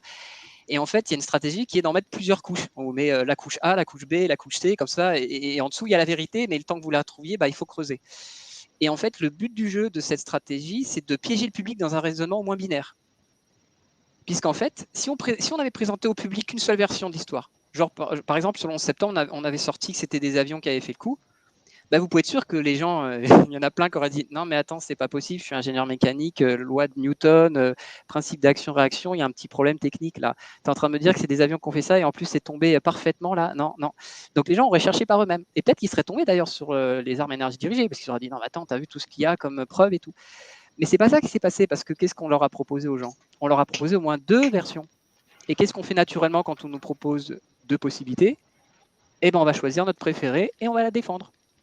D'ailleurs, c'est ce qui s'est passé même avec les travaux de Judy Wood. Il y a beaucoup de gens qui ont réagi en disant moi, je préfère la démolition contrôlée conventionnelle. C'était je préfère croire. C'était pas je suis sûr que c'est ça, c'est je préfère croire que c'est ça. Je ne crois pas aux avions, c'est sûr, mais je préfère croire à la démolition contrôlée conventionnelle et ça me suffit. J'ai pas envie d'aller plus loin, même si tu me dis que c'est faux. Je suis content d'avoir choisi une des versions. Donc, ça, c'est un piège Moi, c'est une réponse qu'on m'a souvent faite d'ailleurs. Ouais. Quand je parlais de certains sujets, j'ai souvent eu la réponse non, mais moi, je préfère croire que, parce que sinon, la vie est trop compliquée en fait. Oui, ça aussi, je l'ai vu. Et ça se respecte, encore une fois. Et encore une fois, la personne peut le dire maintenant. Il faut que la personne ait l'ouverture de laisser l'autre personne dire moi, je suis allé un peu plus loin. Et il n'y a pas de souci, chacun avance à son rythme. Et je préfère croire que les problèmes avec les vaccins Covid, c'est la protéine spike, parce que le coup du graphène, ça me fait trop peur. Exactement, la nanotechnologie me fait trop peur, parce que pas le graphène. Graphène, je pense que c'est une opération psychologique, encore une fois, pour ne regarder que ça. Mais effectivement, c'est ce que tu dis, Eric, oui, on l'a lu plein de fois. Effectivement, et ça se comprend, ça peut faire peur, parce que si on se dit qu'il y a de la nanotechno là-dedans, c'est pas marqué sur la notice, ça veut dire que oh là là, j'ai de la famille qui s'est fait injecter, je préfère croire qu'il n'y a que la spike et de faire un traitement classique que d'imaginer que il y a ceci, cela. Tout à fait, tout à fait. C'est merci pour le parallèle encore une fois. Et moi, je fais le parallèle aussi avec le 11 septembre par rapport à ça, par rapport au fait que, par exemple, il y a 10 ans ou il y a 15 ans, quand on parlait d'armes à énergie dirigée dans la population mainstream, on va dire, c'était quelque chose qui était encore très underground, quoi. Il y avait certains complotistes, entre guillemets, purs et durs, qui, eux, pouvaient admettre cette possibilité, mais la plupart des gens ne pouvaient simplement pas en entendre parler. Et la nanotechnologie, c'est un petit peu pareil. C'est quelque chose qui nous évoque justement les films de science-fiction, qui sont plus des documentaires que des films de science-fiction souvent, et qui font appel à un imaginaire, tout un lot de fantasmes, en fait, qui fait que le cerveau rejette immédiatement la possibilité, parce que c'est des technologies que nous, on ne connaît pas, qui ne sont pas encore accessibles au grand public. Enfin, ou alors, faut vraiment bien chercher, quoi. L'inconnu, et on en arrive toujours au mot-clé, la peur. La peur de l'inconnu. C'est les peurs qui nous... Et on vit avec, et le but du jeu, c'est d'essayer de faire tomber nos peurs, chacun à sa façon. Et voici en image les 2 couches qui se sont accumulées pour les attentats du 11 septembre. C'est que vous avez la couche numéro 1 de la cover-up, c'était de dire les terroristes d'Al-Qaïda ont fait le coup. Et là, vous avez quelqu'un qui vous dit pourquoi tu affirmes cela? Parce qu'on a retrouvé un passeport dans les débris. D'ailleurs, je rappelle qu'on en a retrouvé 2, un pour chaque avion. Et donc la personne répond ok, mais que fais-tu de toutes les preuves qui racontent une histoire différente? On m'a dit que ça ne valait pas la peine de les regarder. Ok, donc si quelqu'un t'apporte ces preuves, qu'est-ce que tu lui réponds? Complotiste. Et puis vous avez la couche numéro 2, donc ça c'est la couche complotiste. C'est de dire c'est la termite qui a fait ça. Ah bon, pourquoi tu dis ça? Parce qu'on a retrouvé de la termite dans les débris. Ok, et que fais-tu des preuves qui montrent autre chose? On m'a dit que ça valait pas la peine de regarder. Donc si quelqu'un t'apporte les preuves, que réponds-tu? Des bunkers infiltrés. Et je vous dis, c'est exactement ce qui se passe aux États-Unis, où chaque fois que vous venez, même ça m'est arrivé à moi, quand j'ai attaqué la termite, j'ai testé ma conférence sur les réseaux sociaux auprès de la sphère de la dissidence, de ceux qui doutent. Quand je venais débunker la termite, tout de suite, on m'a systématiquement mis dans la case infiltré des bunkers. C'est-à-dire que forcément, je croyais que c'était Al-Qaïda avec des avions, etc. On est piégé, vous avez vu pourquoi, on nous a proposé 2 scénarios et les gens se chamaillent entre ces 2 scénarios. Alors, il y en a qui diront, oui, mais moi j'avais les mini-bombes nucléaires, ok, ou la démotion contrôlée conventionnelle, mais on est toujours piégé avec des scénarios proposés et les gens choisissent là-dedans. Voilà, la dualité. Oh bon, on va en arriver à un gros morceau, c'est comment identifier finalement une opposition contrôlée, voire en fait autorisée. C'est ça l'idée, c'est de se dire il y a des gens qui ont le droit de parler et d'autres non. Donc déjà en préambule, on l'a déjà dit plusieurs fois, mais on va remettre une couche, c'est que parler d'opposition contrôlée, ça ne veut pas forcément dire agent infiltré. Et malheureusement, on voit souvent le raccourci de que quelqu'un, comme c'est les 2 mots qu'on sort très rapidement, opposition contrôlée, on se rend compte dans les discussions, notamment sur les réseaux sociaux, encore une fois, que les gens, dans leur tête, quand ils parlent d'opposition contrôlée, ils imaginent qu'il y a des agents infiltrés partout. C'est des gens forcément, ils mentent, parce que forcément, ils ne peuvent pas dire ça. En fait, on va se rendre compte que non, la plupart des gens ne mentent pas, ils sont vraiment de bonne foi, c'est juste qu'ils ont des blocages. Et donc, finalement, c'est la conclusion, c'est de se dire que la quasi-totalité des personnes regroupées sous l'appellation opposition contrôlée, en fait, elles ont de bonnes intentions. Et là, on le rappelait tout à l'heure, on est tous sous influence par notre éducation, nos croyances, et donc on est tous manipulés ou manipulables. Et là, moi, j'ai quelques d'autres. Oui, j'avais. Il y a d'autres catégories parmi. Donc, quand on appelle ça les infiltrés, pareil, quand on a dit, ouais, lui, il est infiltré, il faut savoir qu'il y a plusieurs catégories. Ça, c'est Senta qui en parle très bien. Elle explique que dans les infiltrés, vous pouvez avoir l'agent double qui prend la direction de certains collectifs pour les faire capoter les actions en justice, etc. Ou vous avez le simple espion qui a fait son coming out récent, il s'est dit, ça y est, en fait, moi, je suis avec vous. Et en fait, il vient récupérer les infos et il vient après les refiler à l'adversaire. Et vous avez aussi les idiots utiles. Donc ça, c'est Xavier Poussard qui en parle pas mal. Il a fait une vidéo, il a fait un sujet sur l'opposition contrôlée. Et c'était très, très bien aussi parce qu'il a rappelé que globalement, il y a énormément d'idiots utiles en fait. Il y a beaucoup de gens, on est tous des idiots utiles. Alors, désolé, c'est pas une insulte, mais on est utilisé parce qu'on est bête sur certains sujets et on est utilisé. Il faut arrêter d'être idiot justement. Il faut essayer de se dire, j'en ai marre d'être pris pour un idiot. Est-ce qu'on ne manipulerait pas? Et dans les idiots utiles, il y a les personnes de bonne foi, mais qui sont menacées. N'oubliez pas, c'est-à-dire qu'il y a des gens qui peuvent être menacés et des gens qui changent de discours du jour au lendemain, c'est peut-être des gens qui ont été menacés. Vous avez les gens qui sont manipulés à leur insu et vous avez des gens qui sont en conflit d'intérêts. Même si elles sont de bonne foi, vous avez des gens qui sont en conflit d'intérêts. Voilà. Et donc, parmi tous les blocages qu'on a, on a le contrôle qui peut venir du déni, qui est un puissant ennemi. Et Jeanne, tu voulais peut-être rajouter un petit truc sur le déni ou pas Ah, je t'ai perdu, tes filles. Ouais, non, On peut... j'avais désactivé le micro, puis Ah. j'ai pas l'habitude, alors j'avais oublié de le réactiver. Pas de souci. Et oui, sur le déni, c'est intéressant parce que j'ai eu une discussion il y a quelque temps avec quelqu'un qui m'a exposé quelque chose que je trouvais très intéressant. Et il disait qu'on pouvait, entre guillemets, bon alors c'est à prendre avec des pincettes, bien sûr, c'est pour schématiser, mais qu'il y avait des catégories de déni en fait. Et c'est vrai que quand il m'a expliqué ça, je me suis dit, ah mais c'est vrai que c'est intéressant parce qu'on voit vraiment en fait les étapes que les gens franchissent en fait petit à petit à travers le déni. Et donc moi je vais juste parler des premières parce que c'est celle qui nous intéresse ce soir. Et donc il y a la première étape du déni. Donc on va prendre l'exemple du Covid. La première étape, c'est que je suis injectée et que tout va bien. C'est-à-dire que je suis injectée, le gouvernement ne ment pas, les laboratoires ne mentent pas, je continue ma vie et je ne me pose aucune question. Et ensuite, il y a la deuxième étape. La deuxième étape, c'est je suis injectée, mais par contre, je sais qu'il y a un problème. Mais ça rend ma vie trop difficile. Donc, du coup, je préfère ignorer en fait cette info et continuer à vivre parce qu'il faut bien vivre et que de toute façon, on ne peut rien faire. Et voilà. Et c'est vrai que la catégorie 1 et la catégorie 2, c'est des catégories qu'on observe très souvent dans la population générale qui écoute soit BFM, soit France Info. Et c'est vrai qu'on peut vraiment c'est difficile de faire des entre-deux, en fait, quoi. Il y a vraiment celui qui s'en fout complètement et il y a celui qui sait mais qui veut pas savoir, quoi. Et ensuite, il y a celui qui sait et qui, du coup, vu qu'il sait, en fait, il a besoin de se raccrocher à un sauveur, à quelque chose d'externe qui va en fait venir lui donner suffisamment d'espoir pour pas sombrer, en fait. Donc là, moi, je vais être obligée de le dire parce que c'est ce que je pense et c'est des positions que j'ai depuis un moment, mais on va avoir Poutine, dont on parlait, on va avoir Donald Trump, on va avoir Dieu. Et encore une fois, moi, je respecte les gens qui croient en Dieu, je respecte les gens qui croient en Poutine ou en Trump, mais même si je l'aimais pas sur... bien sûr, la religiosité et le fait de croire en un dirigeant ne sont pas catégorisés de la même manière.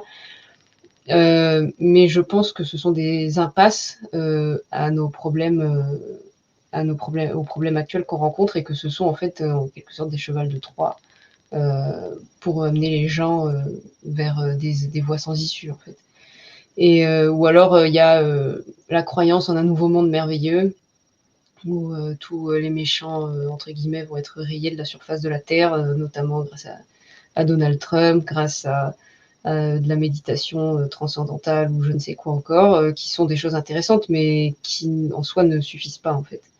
Et ensuite, il y a le quatrième stade, pardon. Et le quatrième stade m'a fait rire parce que c'est vrai que moi, je me suis un petit peu retrouvée dedans.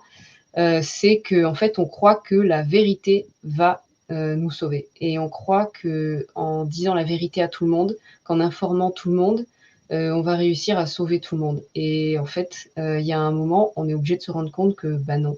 Parce qu'il y a des gens qui ne veulent pas savoir et qui ne voudront jamais savoir, en fait. Et ça ne les intéresse pas, ils sont juste pas là pour ça, et eux, ils ont juste envie de suivre le mouvement et de pas forcément s'intéresser à ce genre de sujet, quoi. Et donc voilà, moi j'ai trouvé que c'était intéressant d'observer les mécanismes de déni de cette manière-là, parce que c'est vrai que quand il m'a exposé ça, je me suis dit, ah mais oui, c'est vrai, en fait, c'est des choses qu'on retrouve vraiment, en fait, le palier de je veux pas savoir, je sais mais j'ignore.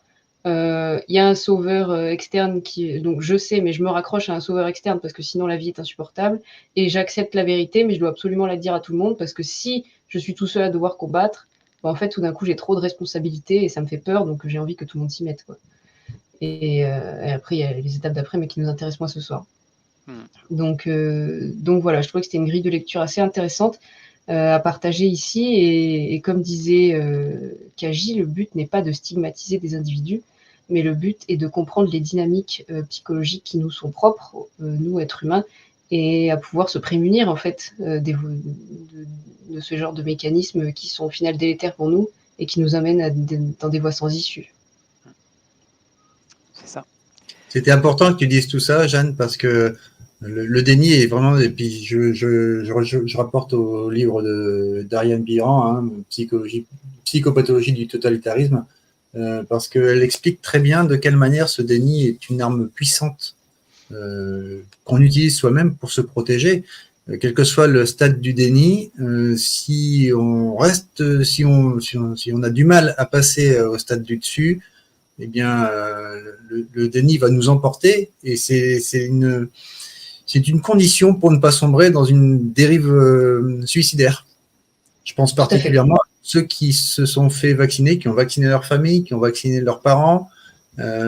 Sortir de ce déni-là, que les vaccins ne sont pas sûrs, ils ne sont pas efficaces et qui sont même dangereux, ça peut être très déstabilisant pour eux, mais à tel point que certains de mes collègues risquent de se mettre une balle. C'est pour ça qu'il faut bien souligner que le but n'est pas de stigmatiser les personnes, mais vraiment de leur permettre de s'extraire de ce déni de la manière la plus bénéfique possible pour eux, parce que effectivement, on peut faire péter les plombs, hein. Et c'est dangereux, parce que psychologiquement, il y a des gens qui sont sur le fil, quoi. Et c'est comme devoir analyser des nouvelles preuves quand on est dans une théorie toute faite qui nous rassure. Le fait d'analyser des nouvelles preuves, en fait, ça chamboule toute notre vie, mais ça chamboule notre système nerveux, ça chamboule notre système émotionnel, ça chamboule l'intégralité de notre corps et de notre esprit. Et il y a des gens qui, dans un certain moment de leur vie, ne sont pas prêts, en fait, à ces chamboulements-là. Oui, tout à fait. C'est pour ça que, on en reparlera tout à l'heure.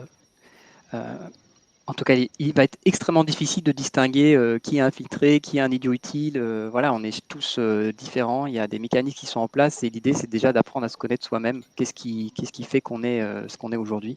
Qu'est-ce qui était notre essence au départ et qu'est-ce qui fait qu'on a appris des codes qui ne nous ressemblent pas forcément? Voilà. Et le dernier point qu'il y avait sur ce transparent, c'était à propos de la notoriété. Il ne faut pas oublier que c'est aussi un facteur important dans ce contrôle des paroles qu'on peut avoir. Il faut savoir que plus une personne va être exposée médiatiquement, plus elle est suivie, plus elle est reconnue, plus elle va se protéger, ce qui est complètement normal. Parce qu'elle voilà, elle va se protéger pour sa sécurité, mais surtout pour conserver une audience la plus large possible.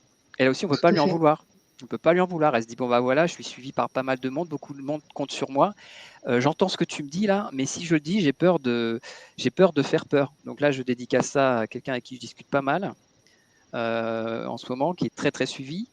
Et on a ces discussions-là. Et après, voilà, moi, je le pousse pas à communiquer certaines choses. Il faut que ça vienne bien sûr de lui. Il a une grande audience. Et après, il ne s'agit pas de faire comme Amélie Paul, c'est-à-dire balancer la vérité brutale. Peut-être qu'il faut y aller avec des étages, des étapes. Mais je ne sais pas si c'est forcément bien de cacher certaines choses à un public en qui en plus on se dit ouais, j'ai donné de l'espoir aux gens, mais en fait est-ce que c'était pas un faux espoir, et les maintenir comme ça dans une attente, je ne sais pas. Je pense pas que, c'est que mon avis, je ne sais pas si ces gens-là méritent pas d'avoir la vérité. Alors après, comme je disais, pas brutal forcément, on peut y aller doucement. Comment on peut donc identifier concrètement une opposition contrôlée autorisée? Déjà, elle va avoir tendance à omettre ou ignorer certaines preuves. Donc là, quand je dis omettre, pour moi, j'entends carrément interdiction d'en parler. Hein. Et par exemple, pour le 11 septembre, c'est par exemple toutes ces personnes qui ne vont pas parler de l'impact sismique, qui n'existe pas pratiquement. Ils ne vont pas parler des témoignages des survivants du World Trade Center de la Tour Nord, ces témoignages sont super intéressants. Donc voilà, tu te dis pourquoi vous n'en parlez pas, vous avez eu les infos, pourquoi vous ne le dites pas. Il y a aussi un critère qui peut aider. Alors attention, c'est pas parce que c'est écrit que c'est encore une fois noir sur blanc que c'est la vérité. Hein. C'est ce que moi je ressens et ce que j'ai pu aussi récupérer de travaux. Voilà, ce sont des idées, hein. Mais on peut aussi se méfier de quelqu'un qui passe fréquemment dans les médias mainstream. Parce qu'il faut savoir qu'un véritable lanceur d'alerte, c'est rare qu'il passe au journal de 20h. Hein. Il est un vrai lanceur d'alerte, normalement, il est complètement invisibilisé par les médias de masse. Et il est souvent boudé par les médias alternatifs. Alors, encore une fois, je ne cite pas de nom par rapport au Covid-19, mais par exemple, pour le 11 septembre, clairement, Judy Wood, c'est ce qui lui est arrivé. C'est qu'en plus d'être complètement invisibilisée par les médias mainstream, elle a complètement été aussi boudée par les médias alternatifs, parce que vous allez voir tous ceux qui sont dans l'opposition contrôlée, c'est des médias alternatifs. Hein. Alex Jones, Richard Gage, tous ces gens-là, il y a plein de gens qui ont ou même James Corbett, c'est des gens qui ont des médias alternatifs et ils l'ont complètement boudé, voire moqué. Et Judy Wood, il faut savoir par exemple qu'elle n'a même pas de page Wikipédia, elle a été censurée. Sa page n'existe pas. C'est même pas que sa page est bloquée, parce que vous savez qu'il y a des gens qui sont pourrir leur page Wikipédia, mais on peut quand même la retrouver, mais elle finit bloquée. Elle est complètement censurée. Elle a existé, mais cette page, elle a été complètement censurée. Voilà. Et donc, l'application 11 septembre, encore une fois, c'est que l'opposition contrôlée va provoquer le discrédit des chercheurs indépendants comme Judy Wood, pendant que les médias mainstream l'invisibilisent. Et comme ça permet aussi de récupérer ses travaux, parce qu'on sait que ce qu'elle a fait, comme elle parle que de preuves, elle n'invente rien, on sait qu'il faut forcément en parler parce qu'à force, ça va se savoir. Mais on récupère son travail sans citer que ça vient d'elle, et on propose une théorie qui ne tient pas la route. Vous avez par exemple des gens qui ont récupéré le travail de Judy Wood et qu'on dit derrière c'est HAARP, ou ce sont des bombes nucléaires. Par exemple, c'est ce qu'a fait Ace Baker dans son documentaire, qui est très repris, que tout le monde aime bien partager encore, en plus de celui de Massimo Mazzucco, sur le 11 septembre, le nouveau Pearl Harbor. Et lui, il reprend les bombes nucléaires. Il dit que Judy Wood raconte des... non, il dit pas qu'elle raconte n'importe quoi. Il présente juste ce qu'elle montre, mais après, il dit que c'est des bombes nucléaires. Voilà. Et l'idée de tout ça, c'est de se rappeler qu'en résumé, il faut sortir du raccourci qu'une personne attaquée dans les médias est forcément une personne qui dérange. C'est beaucoup plus compliqué que ça. Ça peut être très utile que les médias attaquent quelqu'un pour faire passer certaines personnes pour des dissidents. Voilà. C'est souvent on dit oh là là, s'il est attaqué, c'est qu'il doit déranger. Donc tout à l'heure, Jeanne a parlé de Donald Trump, de ces gens-là qui sont quand même beaucoup attaqués dans les médias, même si Donald Trump a fait beaucoup quand même pour l'éveil, je pense. Il a beaucoup révélé des choses, notamment il a popularisé l'expression média fake news, we are fake news. Donc je pense que beaucoup sont aussi réveillés grâce à ce qui a pu se passer aux États-Unis. Mais Mais clairement, c'est ça qui est encore plus insidieux. c'est ça qui est trouble, c'est que il profite un peu de cette binarité de dire il est attaqué donc il est dangereux. Hein. Elon Musk, pareil, même topo, hein, il est attaqué donc il est dangereux. C'est plus compliqué que ça. Il faut creuser les sujets et surtout, voilà, il y a des gens qui ont fait du super travail sur ces gens-là. Tout n'est pas blanc, tout n'est pas noir. Ils viendront pas pour nous sauver ces gens-là. Ils ont leur programme. Ils sont pas dans l'élite pour rien. Donald Trump, Elon Musk, ils font partie de l'élite. Je vois pas en quoi ils se soucieraient de notre sort. Et c'est D'ailleurs, insidieux, comme tu dis. si je peux me permettre Vas-y. rapidement, sur Donald Trump, moi je tiens à saluer le travail qui a été fait par Joe Masso. Je l'avais partagé sur ma chaîne Odyssée qui avait fait justement une émission sur Donald Trump pour expliquer un petit peu d'où il venait, ses rapports avec le fait qu'il ait rencontré sa femme à travers Epstein, ses rapports avec Fox News, enfin plein de choses par rapport à la pédophilie et toutes ces choses-là. Alors qu'il est censé la dénoncer, donc on va me dire que pour connaître un milieu, il faut y avoir été. Donc moi je veux bien, mais j'encourage quand même les gens à regarder l'émission qu'a fait Joe Masso sur Donald Trump. Et sur Elon Musk, il y a Debout Barbelu, connue sous le nom de Sophie, qui a fait, pareil, vous pouvez le trouver sur Odyssée, et qui a fait un documentaire d'1h30 sur Elon Musk, ainsi qu'une intervention sur le front médiatique pour revenir justement sur Elon Musk et pourquoi, d'après lui, cette personne n'était pas fiable et n'était pas du tout à considérer comme un sauveur, mais qui est effectivement utilisé à cause de son ambivalence, parce que personne n'est jamais tout blanc ou tout noir, mais qui est utilisé justement comme un petit peu, oui, regardez, il est attaqué, donc ça veut forcément dire qu'il est de notre côté. Ben non, en fait, c'est pas aussi simple que ça, quoi. Tout à fait. On en arrive aux opposants. Vous voyez toujours mon écran? Ouais. Ouais, ok, c'est bon. On arrive aux opposants emblématiques au narratif officiel. Donc bien sûr, Alex Jones, il est incontournable. Hein, c'est l'animateur radio de Infowars. C'est un lanceur d'alerte. Le souci sur le septembre, c'est qu'il promeut la démolition des bâtiments via l'usage de termites ou de mini-nukes, alors qu'il a eu plusieurs fois en main les travaux de Judy Wood. Il a des auditeurs qui l'ont appelé pour parler de Judy Wood et à chaque fois, il a botté en touche. Voilà, il se moque même des travaux de Judy Wood en les qualifiant de Space Beams. Alors Space Beam, pour ceux qui ne sont pas anglais, qui ne maîtrisent pas l'anglais, heureusement qu'on a Jeanne traduction pour tout ça. Space Beam, c'est faisceau de l'espace, c'est-à-dire que comme Judy Wood la manière dont Judy Wood a présenté ses travaux, les gens se sont dit, bon, elle est en train de nous dire qu'il y a des lasers dans l'espace qui ont frappé les tours. Elle n'a jamais prononcé Space Beams, elle n'a jamais parlé de l'arme en elle-même. C'est ça qui embête les gens par rapport à Judy Wood, c'est qu'ils aimeraient que Judy Wood communique le type d'arme, le numéro de série, etc. Et c'est ça qui dérange. Mais donc, eux, ils ont fait le boulot à sa place. Ils ont dit qu'elle avait dit Space Beams. Elle n'a jamais parlé de faisceau dans l'espace. Et donc, Alex Jones, il est quand même connu pour discuter finalement rarement des preuves. Par contre, il aime bien parler des auteurs probables de l'attentat. Et nous lui devons le fameux slogan 9/11 was an inside job. Donc, les attentats du 11 septembre étaient un job un travail de l'intérieur, donc avec le gouvernement Bush, etc. Il a fait beaucoup de manifestations. Donc il est connu quand même pour ça. Vous avez Ice Baker, qui est l'auteur du documentaire, qui est très connu, qui est beaucoup partagé encore sur Telegram régulièrement, et sur Twitter, un peu partout. Hein. Donc lui, qu'est-ce qu'il a fait il a détourné une partie des travaux de Judy Wood, comme je disais tout à l'heure, pour placer la théorie des bombes nucléaires, qui ne tient pas la route.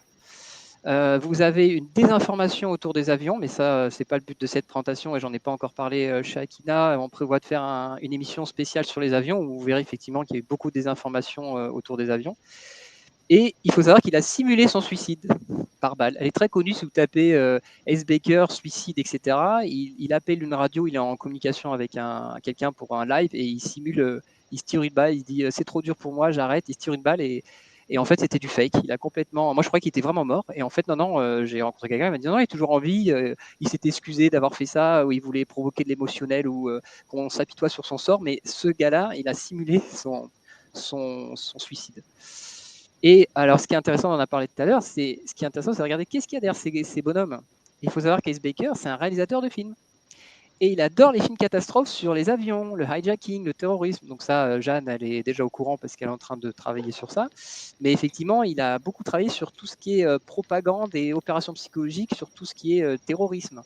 Donc, on est surpris de le voir nous engouffrer dans des histoires d'avions un peu loufoques, alors qu'il avait le background pour comprendre ce qui s'est passé ce jour-là.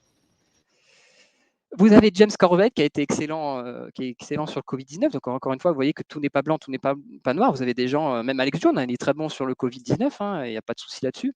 Mais par contre, sur le 11 septembre, voilà, James Corbett, pareil, il s'est fait avoir. Il qualifie les travaux de Judy Wood de Space Beams. Donc, il a dû jamais regarder, il a dû jamais ouvrir le livre, il a dû écouter des gens en parler, il a dû dire, oh là, c'est complètement loufoque. J'en parle pas. D'ailleurs, c'est très surprenant de la part de James Corbett parce que moi, pour avoir traduit plusieurs de ses travaux et pour l'avoir souvent regardé, c'est quand même quelqu'un de très sérieux. Donc, c'est très étrange comme réaction, je trouve. J'étais surpris, mais j'ai retrouvé la vidéo, si tu veux, je te l'enverrai. Elle est disponible où effectivement, il se... Voilà. Donc quoi, tout le monde peut se faire avoir. Oui, bien sûr, c'est ça l'idée. Il ne faut pas voir justement dans cette liste-là des agents infiltrés. Alors bon, il y en a certains, je vous avoue que j'ai une petite... je pense que certains, on va le voir plus tard. Il y en a un, c'est sûr qu'il l'est. Il a été mis là pour ça d'ailleurs, mais la plupart, non, c'est des gens qui ont voulu bien faire. Dylan Avery, par exemple, c'est un gars. Il a fait donc le documentaire Loose Change, qui est surtout sur les avions, le Pentagone, etc. Ça a été produit par Alex Jones d'ailleurs. Et pareil, le documentaire est très bien parce qu'il y a énormément d'infos intéressantes. Le problème, c'est que ils n'arrivent pas à gérer correctement les preuves et ils racontent un peu n'importe quoi. Alors eux, c'est surtout sur les avions qu'ils se sont un peu emmêlés, voilà. Et pareil, Simon Shack, que je développe pas, mais c'est pareil. Ils se sont vraiment emmêlés sur. En fait, ils sont partis sur les avions au lieu de regarder ce qui s'est passé sur les bâtiments. En fait, si on regarde ce qui se passe sur les bâtiments, on se rend compte que les avions n'ont strictement aucune utilité. D'ailleurs, c'était la conclusion des 2 lives chez Akina. C'est finalement de se dire, mais en fait, les avions, on s'en fiche, quoi. Ils n'expliquent pas ce qui s'est passé ce jour-là. Alors oui, on a envie de savoir quand même c'était quoi ces trucs-là, mais parce qu'on les a vus. Mais voilà, ils n'ont aucun rôle dans la destruction du World Trade Center. On en arrive au 9/11 Truth Movement, composé entre autres de Stephen Jones et de Neil Sarit, qui ont promu la théorie de la thermite, ou la nanothermite.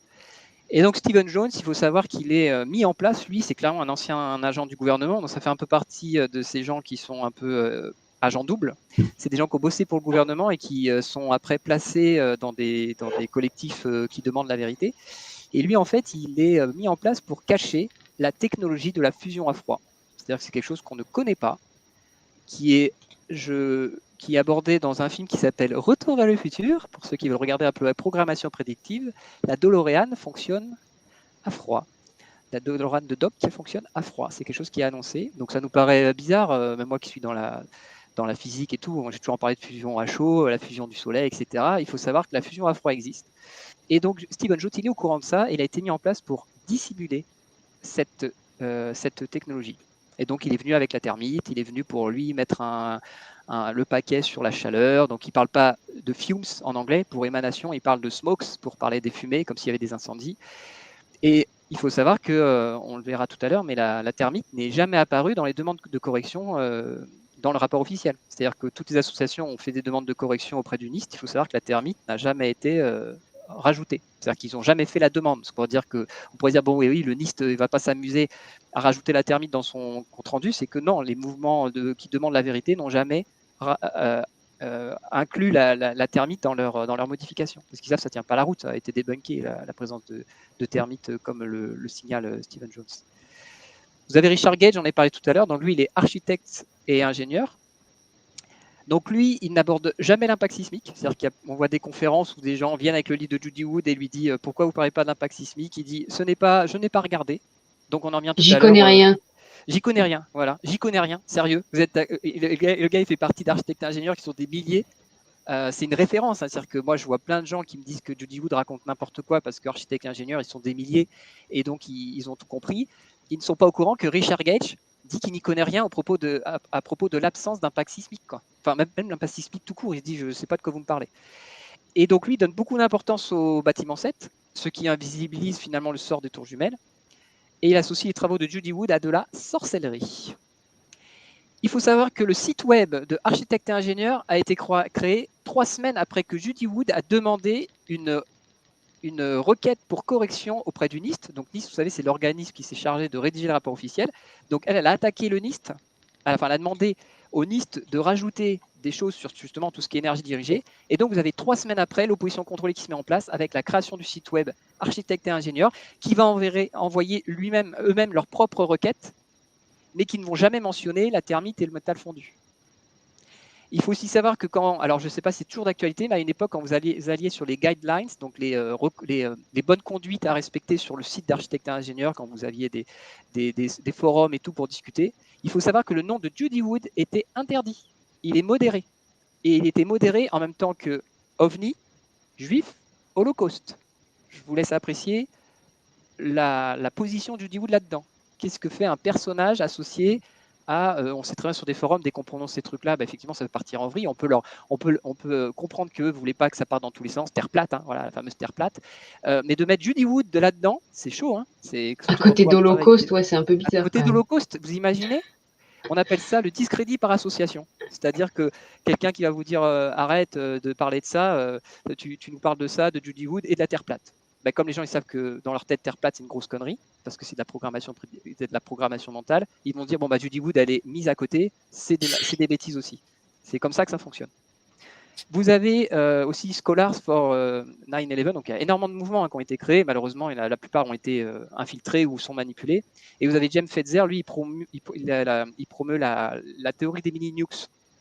Et en France, notre équivalent, on a François Roby qui a fait un super boulot d'analyse sur les preuves et tout. Le problème, et il le sait de toute façon, alors moi je l'invite encore une fois à venir débattre de ce sujet-là avec moi ou de faire une vidéo pour expliquer comment comment sa théorie sur les bombes nucléaires peuvent tenir, sachant qu'il y a eu des survivants, sachant qu'il n'y a pas d'impact sismique, sachant qu'il n'y a pas d'irradiation, etc., etc. Il le dit lui-même, il est gêné à la fin d'une présentation qu'il a faite, il est gêné parce qu'il n'y a pas d'impact sismique, il n'y a presque rien et ça l'embête. Mais vous voyez, il a fait du cherry picking. Pour tenir dans le nucléaire, il a un peu mis de côté l'impact sismique. Et je crois qu'il n'aime pas du tout les travaux de Judy Wood. Je vous laisse imaginer pourquoi.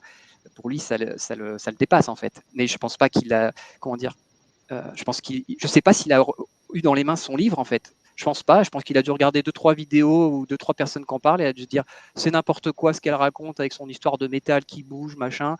Moi, je suis terre à terre, je suis scientifique. Ça me paraît plus logique de parler de nucléaire. Et pourquoi pas? Sauf que derrière, il faut respecter les preuves. Et les preuves te montrent que c'est impossible parce qu'il y a des éléments qui te l'écartent. Voilà. Je vais passer le dernier parce qu'on va avancer un petit peu. On a terminé. On va résumer en fait ce qui s'est passé, c'est-à-dire qu'on sait qu'il s'est passé quelque chose le 11 septembre 2001. Et on va voir que suivant la source qu'on choisit, ça produit une certaine chose, ça fait une action, ça fait une phrase d'accroche et ça fait une position. Donc vous avez 3 possibilités aujourd'hui.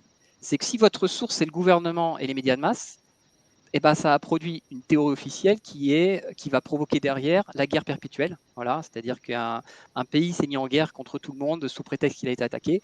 Vous avez aussi une guerre interne, vous avez la surveillance en interne, l'État policier, donc le fameux Patriot Act qui a été signé. Et vous avez comme phrase d'accroche que c'est un 9/11 was an outside job, donc un boulot de l'extérieur, donc Ben Laden, bien sûr, c'est lui le coupable avec les islamistes, Al-Qaïda, etc. Et donc votre position, c'est un peu l'équivalent de ce qui se passe avec le Covid. L'enquête officielle me satisfait. Voilà, je ne veux pas d'histoire, tout va bien, on a été attaqué, on m'a désigné un coupable, c'est le méchant virus SARS-CoV-2, on a des vaccins, merci, l'enquête, merci le déroulé, ça me plaît. Vous avez une alternative. Pardon ? C'est la position, le vaccin est sûr et efficace. C'est ça, exactement. Merci, tu peux pas hésiter à me couper pour faire des éventuels parallèles qui te passent par la tête par rapport au Covid. Vous avez sinon, notre source, ça serait de dire, c'est tous les médias alternatifs, le Truth Movement, le mouvement pour la vérité. Eux, qu'est-ce qu'ils vont produire ? Des théories alternatives, officielles, comme la thermite, les mini-bombes nucléaires, etc. Leurs actions, c'est quoi ? C'est des conférences qu'on va qualifier de conspirationnistes, par le système, bien sûr. Ils vont vendre des t-shirts, ils font des slogans. Et la phrase d'accroche, c'est un peu Alex Jones qui vous la donne, c'est 9/11 was an inside job. C'est ce que tout le monde répète à chaque fois. De toute façon, on sait que c'est un inside job. Je pense que ceux qui ont regardé vraiment les travaux de Judy Wood, on se rend compte que c'est plus large qu'un inside job. Et donc la position, c'est l'enquête officielle ne me satisfaisait pas. Donc je suis content d'avoir trouvé ce filon. Et enfin, le troisième, c'est si votre source, c'est le catalogue de preuves collecté par Judy Wood, la production, c'est quoi ? C'est un livre de 500 pages de preuves irréfutables. L'action, c'est qu'est-ce qu'elle a fait? Elle a fait une enquête argumentée et indépendante, et ses résultats ont été publiés et utilisés dans le cadre d'une action en justice. Sa phrase d'accroche, c'est quoi? Elle le répète plein de fois à chaque fois qu'elle a pris la parole dans des conférences, même dans son livre, c'est que avant de déterminer qui a fait le coup, il faut déjà déterminer que s'est-il passé et comment cela a été fait. Et la position qu'elle a, c'est moi j'ai mené une enquête complète et indépendante. Voilà aujourd'hui ce qu'on a à peu près, si on devait placer les gens, on est là. C'est-à-dire qu'il y a la version officielle, la version alternative et Judy Wood qui est sur le côté avec son travail. Une question concernant le livre de Judy Wood. Oui. En dehors de l'anglais, on ne peut pas le trouver en quelconque autre langue?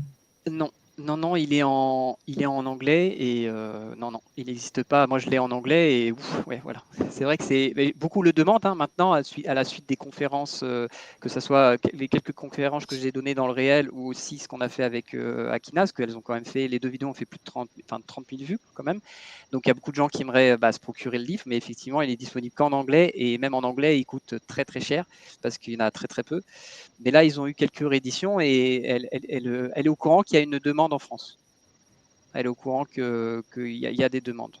Moi, j'ai déjà plusieurs éditeurs qui m'ont proposé de le traduire, s'ils ont l'accord. Donc moi, je suis en contact avec des personnes qui connaissent Judy Wood pour lui signaler est-ce qu'elle est OK pour que son livre soit traduit en français.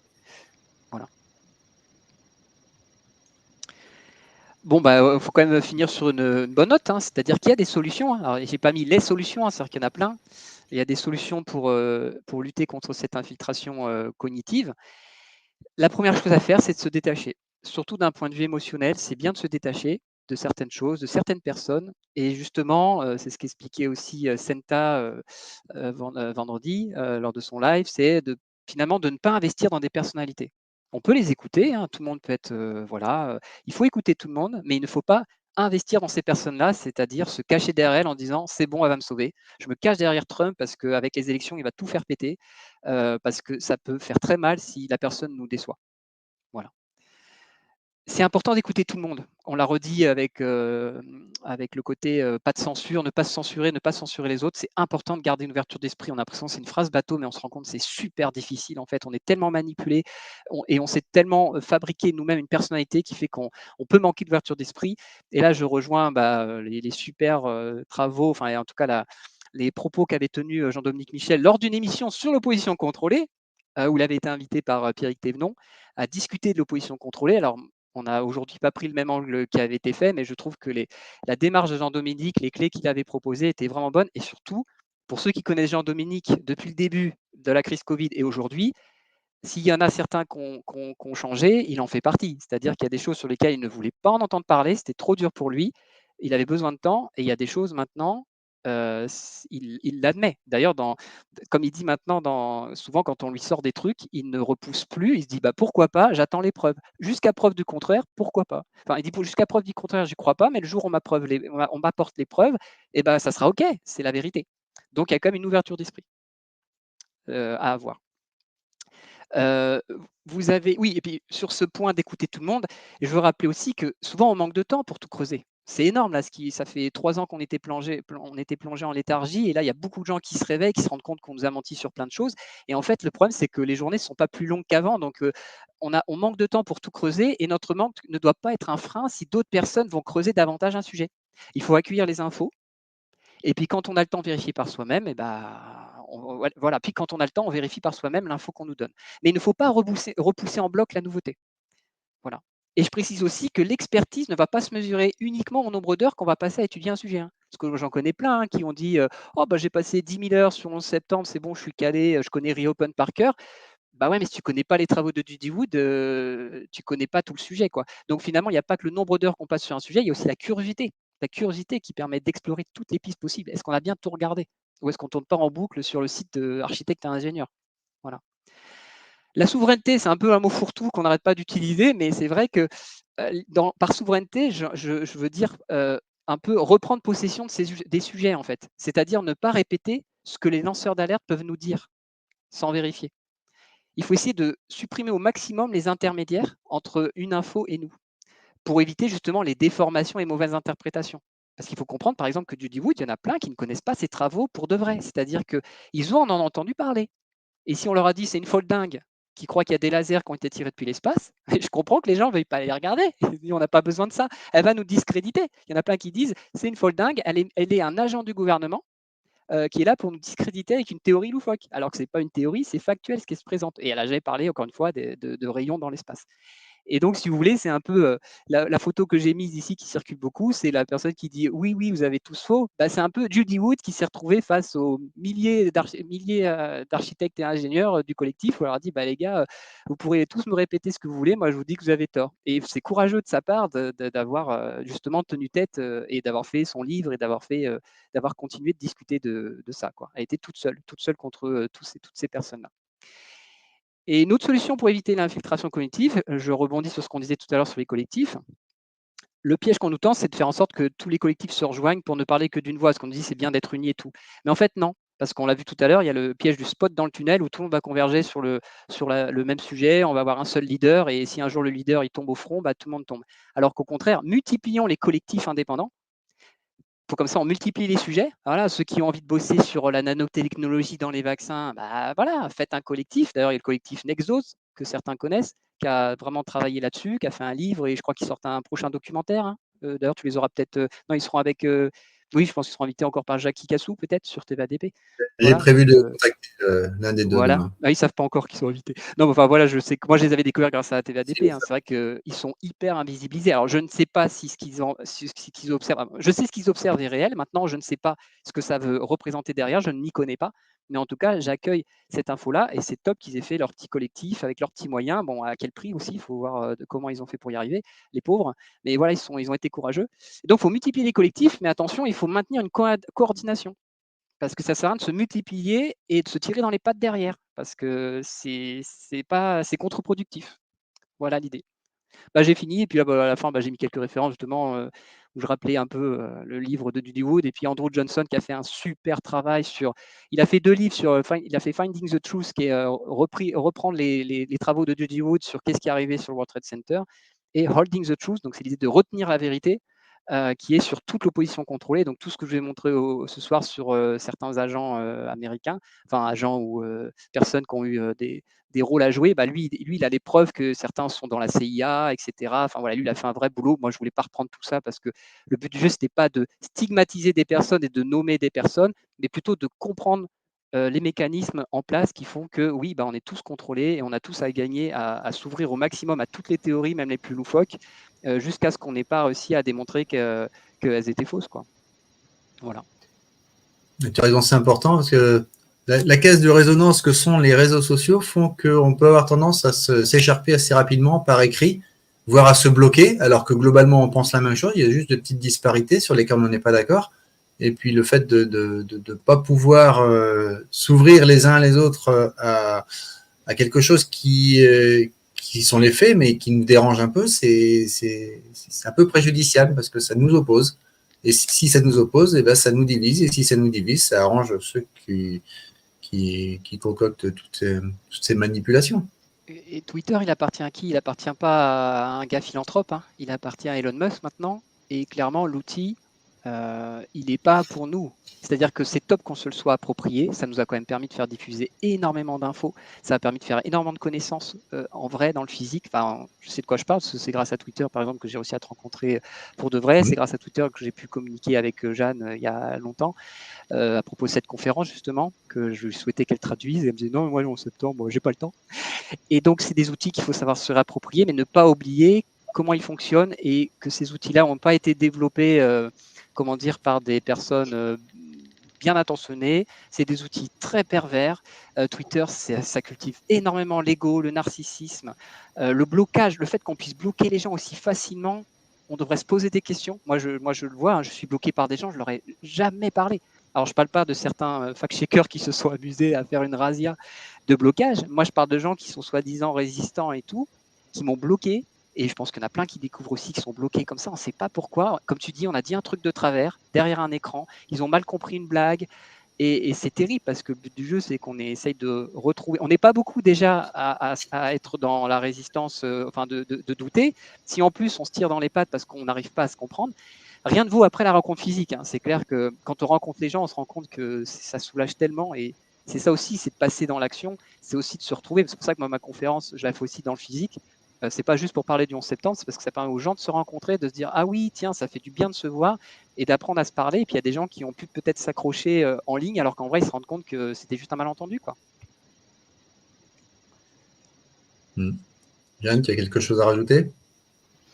Oui, concernant Twitter, moi rapidement, j'aimerais dire que Twitter pour moi c'est assez symptomatique en fait d'un des problèmes aussi qu'on rencontre au sein autant de la population mainstream que de la population entre guillemets résistante complotiste. On retrouve encore une fois les mêmes dynamiques, c'est-à-dire que les gens sont accros au buzz, les gens sont accros à l'émotion forte, au scoop, scandale. Ce qui est d'un côté compréhensible, parce que c'est vrai que quand on nous révèle quelque chose de fou, on se dit que ah ben là, peut-être enfin les gens vont bouger et tout. Bon, non. Je comprends un petit peu la course au buzz, mais moi j'avoue que j'apprécie pas trop Twitter parce que moi en fait à chaque fois quand j'écris un truc ça rentre pas. Donc déjà ça m'énerve parce que j'ai l'impression d'être limitée dans mon expression et moi j'aime pas en fait faire du buzz, du rapide, du one shot. Moi, j'aime bien justement travailler sur des longues conférences, aller dans les sujets de manière un peu plus profonde, quitte à perdre des gens parfois. Je pense que c'est arrivé plus d'une fois sur ma chaîne parce qu'ils n'ont pas dû comprendre le fil rouge de mes vidéos. Et, mais c'est vrai que c'est dommage parce que on se rend compte que malheureusement, ce qui va attirer majoritairement les gens, ça va être le truc à buzz, quoi. Et la personne, justement, comme J.D. Wood, moi, je l'ai traduite, sa conférence de J.D. Wood. Là, on est en train de travailler dessus avec Kaji. Je ne l'ai pas encore posté parce que c'est long et c'est chiant à traduire et même à écouter. En fait, c'est pas le truc qui va nous faire vibrer, quoi. Mais par contre, ce qu'elle dit, ça, c'est dingue. Parce que ce qu'elle apporte, c'est quelque chose que personne n'a jamais apporté. Mais pour ça, oui, il faut étudier les courbes sismiques, il faut étudier les trucs machin pas marrants qu'on ne comprend pas forcément au début. Mais c'est des choses qui nous permettent de dépasser justement les pièges dans lesquels on nous amène pour noyauter la vérité. Donc pour moi, Twitter, c'est vraiment un outil effectivement important, hein. J'y suis, mais pour moi, je trouve que c'est pas le plus pertinent parce que justement, il nourrit en fait cette espèce de besoin de buzz, ce besoin de consommation en fait d'infos rapides, compactes, one shot dans le cerveau, quoi, qui est préjudiciable. Chaque réseau social, de toute façon, aura ses intérêts, ses avantages et ses inconvénients. Concernant le thème de notre soirée, qui est celle de l'opposition contrôlée, moi, je retiens plusieurs choses. La première, c'est que, d'abord, c'est pas la vérité qui évolue, hein, c'est notre connaissance de la vérité. Ça, c'est important à noter. Et que cette connaissance de la vérité, si on veut qu'elle évolue, eh ben, il faut qu'elle se base sur des faits. Et pour se baser sur des faits, il faut écouter ceux qui savent. Pas forcément celui qui gueule le plus fort. C'est ça. Mais en tout cas, sans doute pas celui qui passe le plus souvent dans les médias de grand chemin, mais même pas forcément seul qui passe dans les médias alternatifs qui peuvent être intéressés pour faire un buzz sous prétexte d'inviter une personnalité. Ce qui est important, c'est de pouvoir avoir une ouverture d'esprit pour se dire il y a quelque chose qui cloche, ça ne va pas. Le cherry picking, c'est pas honnête.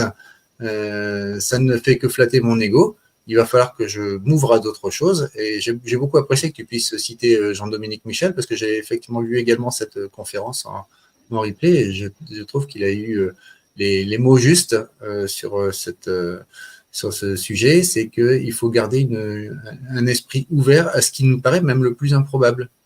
Quitte à pouvoir se dire après, puisqu'on a les preuves que c'est faux, c'est tout, c'est faux. Voilà. Mais tant qu'on n'a pas de preuves que c'est faux, on ne peut pas considérer ça comme faux. Et on a vu à quel point, même pendant cette crise Covid, les situations les plus farfelues sont arrivées. Et ce qui nous paraissait absolument incroyable et inimaginable il y a 3 ans, elles sont dessus, à tel point que toutes les théories qui auraient pu passer pour complotistes il y a 3 ans, elles deviennent factuelles. Et on se demande quelle théorie du complot, il nous reste encore dans les tiroirs. C'est ça.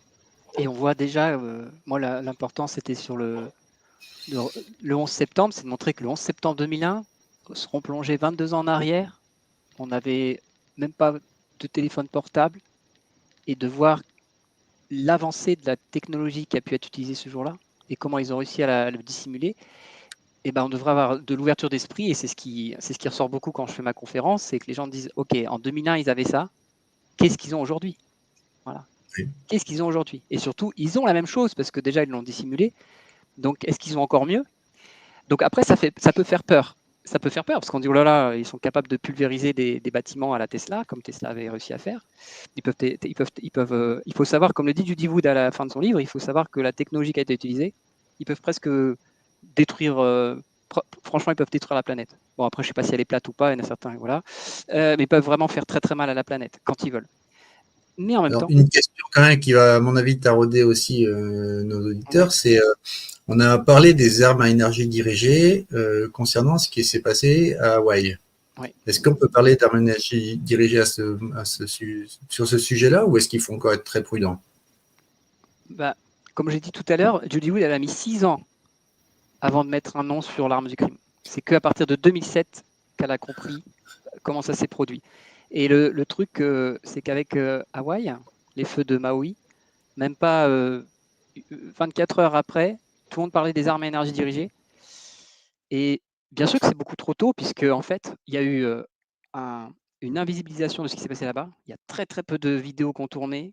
On nous montre souvent la même chose. Donc on a très peu de preuves finalement pour comprendre ce qui s'est passé. Donc bien sûr que c'est trop tôt pour en parler. Et on doit aussi se méfier que bizarrement, tous les médias alternatifs se sont tous mis en tête, c'est des armes à énergie dirigée. Et ces mêmes médias, quand on leur dit, OK, bah en fait, le 11 septembre, c'est des armes à énergie dirigée, bah là, ils disent non. Donc, on peut aussi se demander s'il n'y a pas un piège tendu. Alors, c'est peut-être une arme à énergie dirigée, mais alors, par contre, ce qui est sûr, c'est que ce n'est pas du tout la même que celle du World Trade Center. Puisqu'il y a... Mais est-ce que ça serait pas aussi, on peut pas rejeter l'hypothèse que ça pourrait être une deuxième cover-up pour autre chose encore? Exactement, voilà, exactement. L'idée, c'est ça, c'est que, attention, c'est pas parce que ça me paraît, tout le monde le dit, que c'est ça. Tout à fait. C'est-à-dire que c'est peut-être ça et autre chose. Voilà, il y a la géo-ingénierie, il y a plein de choses qui existent, et c'est important de tout cibler. Il y en a qui diront, oh, je m'en fous de. Il y en a certains, c'est comme ça, encore une fois, ça se respecte, ils vont dire, moi, je m'en fiche de comment ça s'est produit. Le principal, c'est que je veux les coupables. Il y a un projet de Smart Cities, donc forcément, c'est une nouvelle ordre mondiale, etc. OK, mais dans ces cas-là, vous sautez tellement d'étapes, et qui fait que vous allez passer peut-être à côté de quelque chose d'important. Et pour rebondir sur Judy Wood, ce que les gens doivent comprendre, c'est qu'elle a démontré que l'arme utilisée a pris son énergie, sa source, de l'énergie libre. Donc le truc qui est complètement théorie du complot, tout ça, il faut comprendre. Ce que les gens ils disent, oui, mais elle est où la source? Comment ça se fait qu'on n'a pas eu, tu te rends pas compte l'énergie qu'il a fallu, on aurait dû avoir ARP, si ça ARP a fonctionné, ou si c'était aux États-Unis, on aurait dû avoir une chute d'énergie, d'électricité, etc. Mais on n'a pas, encore une fois, ouvrons nos esprits, ils ont utilisé l'énergie libre qui existe, on le sait qu'elle existe. Il y a tous ceux qui ont, dès qu'il y a quelqu'un, là, il y a une info qui circule là, sur les réseaux parallèles, qui disent qu'il y a un gars qui a travaillé sur l'énergie libre, il vient de décéder. Il y a plein de chercheurs. John Hutchison, c'est pas un charlatan, il a vraiment reproduit chez lui des expériences en utilisant l'énergie libre, cette énergie qui circule autour de la planète. Et c'est ça qu'ils veulent couvrir. Parce que si les gens le savaient que ça existait, bah, ils vont peut-être arrêter de payer leur facture d'électricité, ils vont demander des comptes. Ils vont aussi demander des comptes sur l'énergie fossile, etc. Ils vont se dire, comment ça se fait que vous me faites payer ça alors qu'en fait, il y a l'énergie libre, sauf que vous le gardez d'un point de vue militaire. Voilà, la rétention, elle est là. Vous comprenez, la puissance de la cover-up sur le 11 septembre, elle est là, c'est de cacher l'énergie libre. Donc vous croyez qu'ils ne sont pas assez malins pour avoir fait la même chose pour le Covid-19? Voilà, c'est-à-dire qu'il faut garder cette ouverture d'esprit. On ne sait pas du tout à quoi a servi cette opération. Enfin, si, on a une idée de ce qu'a pu faire cette opération du Covid-19, mais il ne faut pas avoir juste, par exemple, il y en a qui vont dire, oui, c'était une opération financière, Big Pharma s'en a mis plein les poches, oui, c'était pour ruiner les classes moyennes, oui, c'était pour tuer les vieux parce qu'il y avait les retraites, oui, c'était pour le contrôle, oui, en fait, c'est tout ça en même temps. Enfin, il ne faut pas se censurer, en fait. Il ne faut pas se censurer. On n'est pas à leur place. On n'est pas dans le complot, nous. On est des complotistes. On est même des conspirationnistes au sens premier du terme. Compte, c'est avec, inspirationniste, c'est respirer. On respire ensemble, pour essayer de comprendre ce qui se passe de l'autre côté. Très bien, très belle image. Bref, ce que je pense qu'il faut qu'on garde aussi à l'esprit, outre cette ouverture d'esprit, c'est qu'on est faillible et qu'on peut aussi se laisser avoir et se faire soi-même manipuler par nos propres prismes, nos propres filtres. Donc, soyons humbles là-dessus. Ne jetons la pierre de toute façon à personne sur ce qu'il a pu dire, faire, etc. On n'est pas forcément tous au même niveau de connaissance des faits et de la réalité. Effectivement, cette conférence à laquelle j'ai assisté en juillet a été, avec mon épouse, a été une sorte de cataclysme dans mon esprit. Il m'a permis de comprendre non seulement ce qui s'est passé au 11 septembre, ou du moins de l'entreapercevoir grâce à ta vulgarisation, mais aussi de me rendre compte que il y a beaucoup de choses, beaucoup de parallèles à pouvoir faire avec, avec la façon dont on a vécu cette crise sanitaire. Ça marche avec plein de trucs. Sanitaro-politique. C'est exactement la même chose. Super. Bah, merci. Les amis, j'ai jamais fait une émission de près de 2 heures. Là, généralement, moi, c'est un format de 1 heure. C'était passionnant, mais on va en rester là parce qu'il y a d'autres émissions derrière. Voilà. Vous ne voudrez pas retrouver nos spectateurs. On reviendra en tout cas. Peut-être qu'on se donnera rendez-vous dans 20 ans pour faire le point sur la crise Covid. Ouais, j'espère qu'on se verra bien avant pour en rigoler et passer à autre chose. Absolument. Est-ce que tu as d'autres projets de passage au front médiatique ou ailleurs pour en orienter Peut-être le mois prochain, on aimerait faire une soirée questions-réponses parce qu'en fait, il y a plein de gens qui ont posé des questions après le live et on aimerait revenir sur les questions-réponses parce qu'il y a des questions super intéressantes. Voilà, donc d'ici la fin de l'année, à voir avec Akina, on n'a pas bloqué de date, mais on réfléchit à un format questions-réponses. Et en 2024, on fera sûrement les avions et un débat aussi, organiser un débat avec un vrai débat pour échanger sur ce qui s'est passé. Voilà, n'hésitez pas à venir l'écouter parce que vous n'aurez pas forcément tous l'occasion d'avoir en direct les conférences de Kaji en 3 dimensions, mais au moins les réseaux et les médias alternatifs vous permettent cette hypothèse. À très bientôt à tous.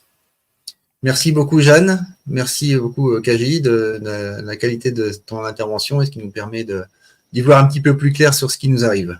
Merci Eric pour l'accueil. À la semaine prochaine. À bientôt.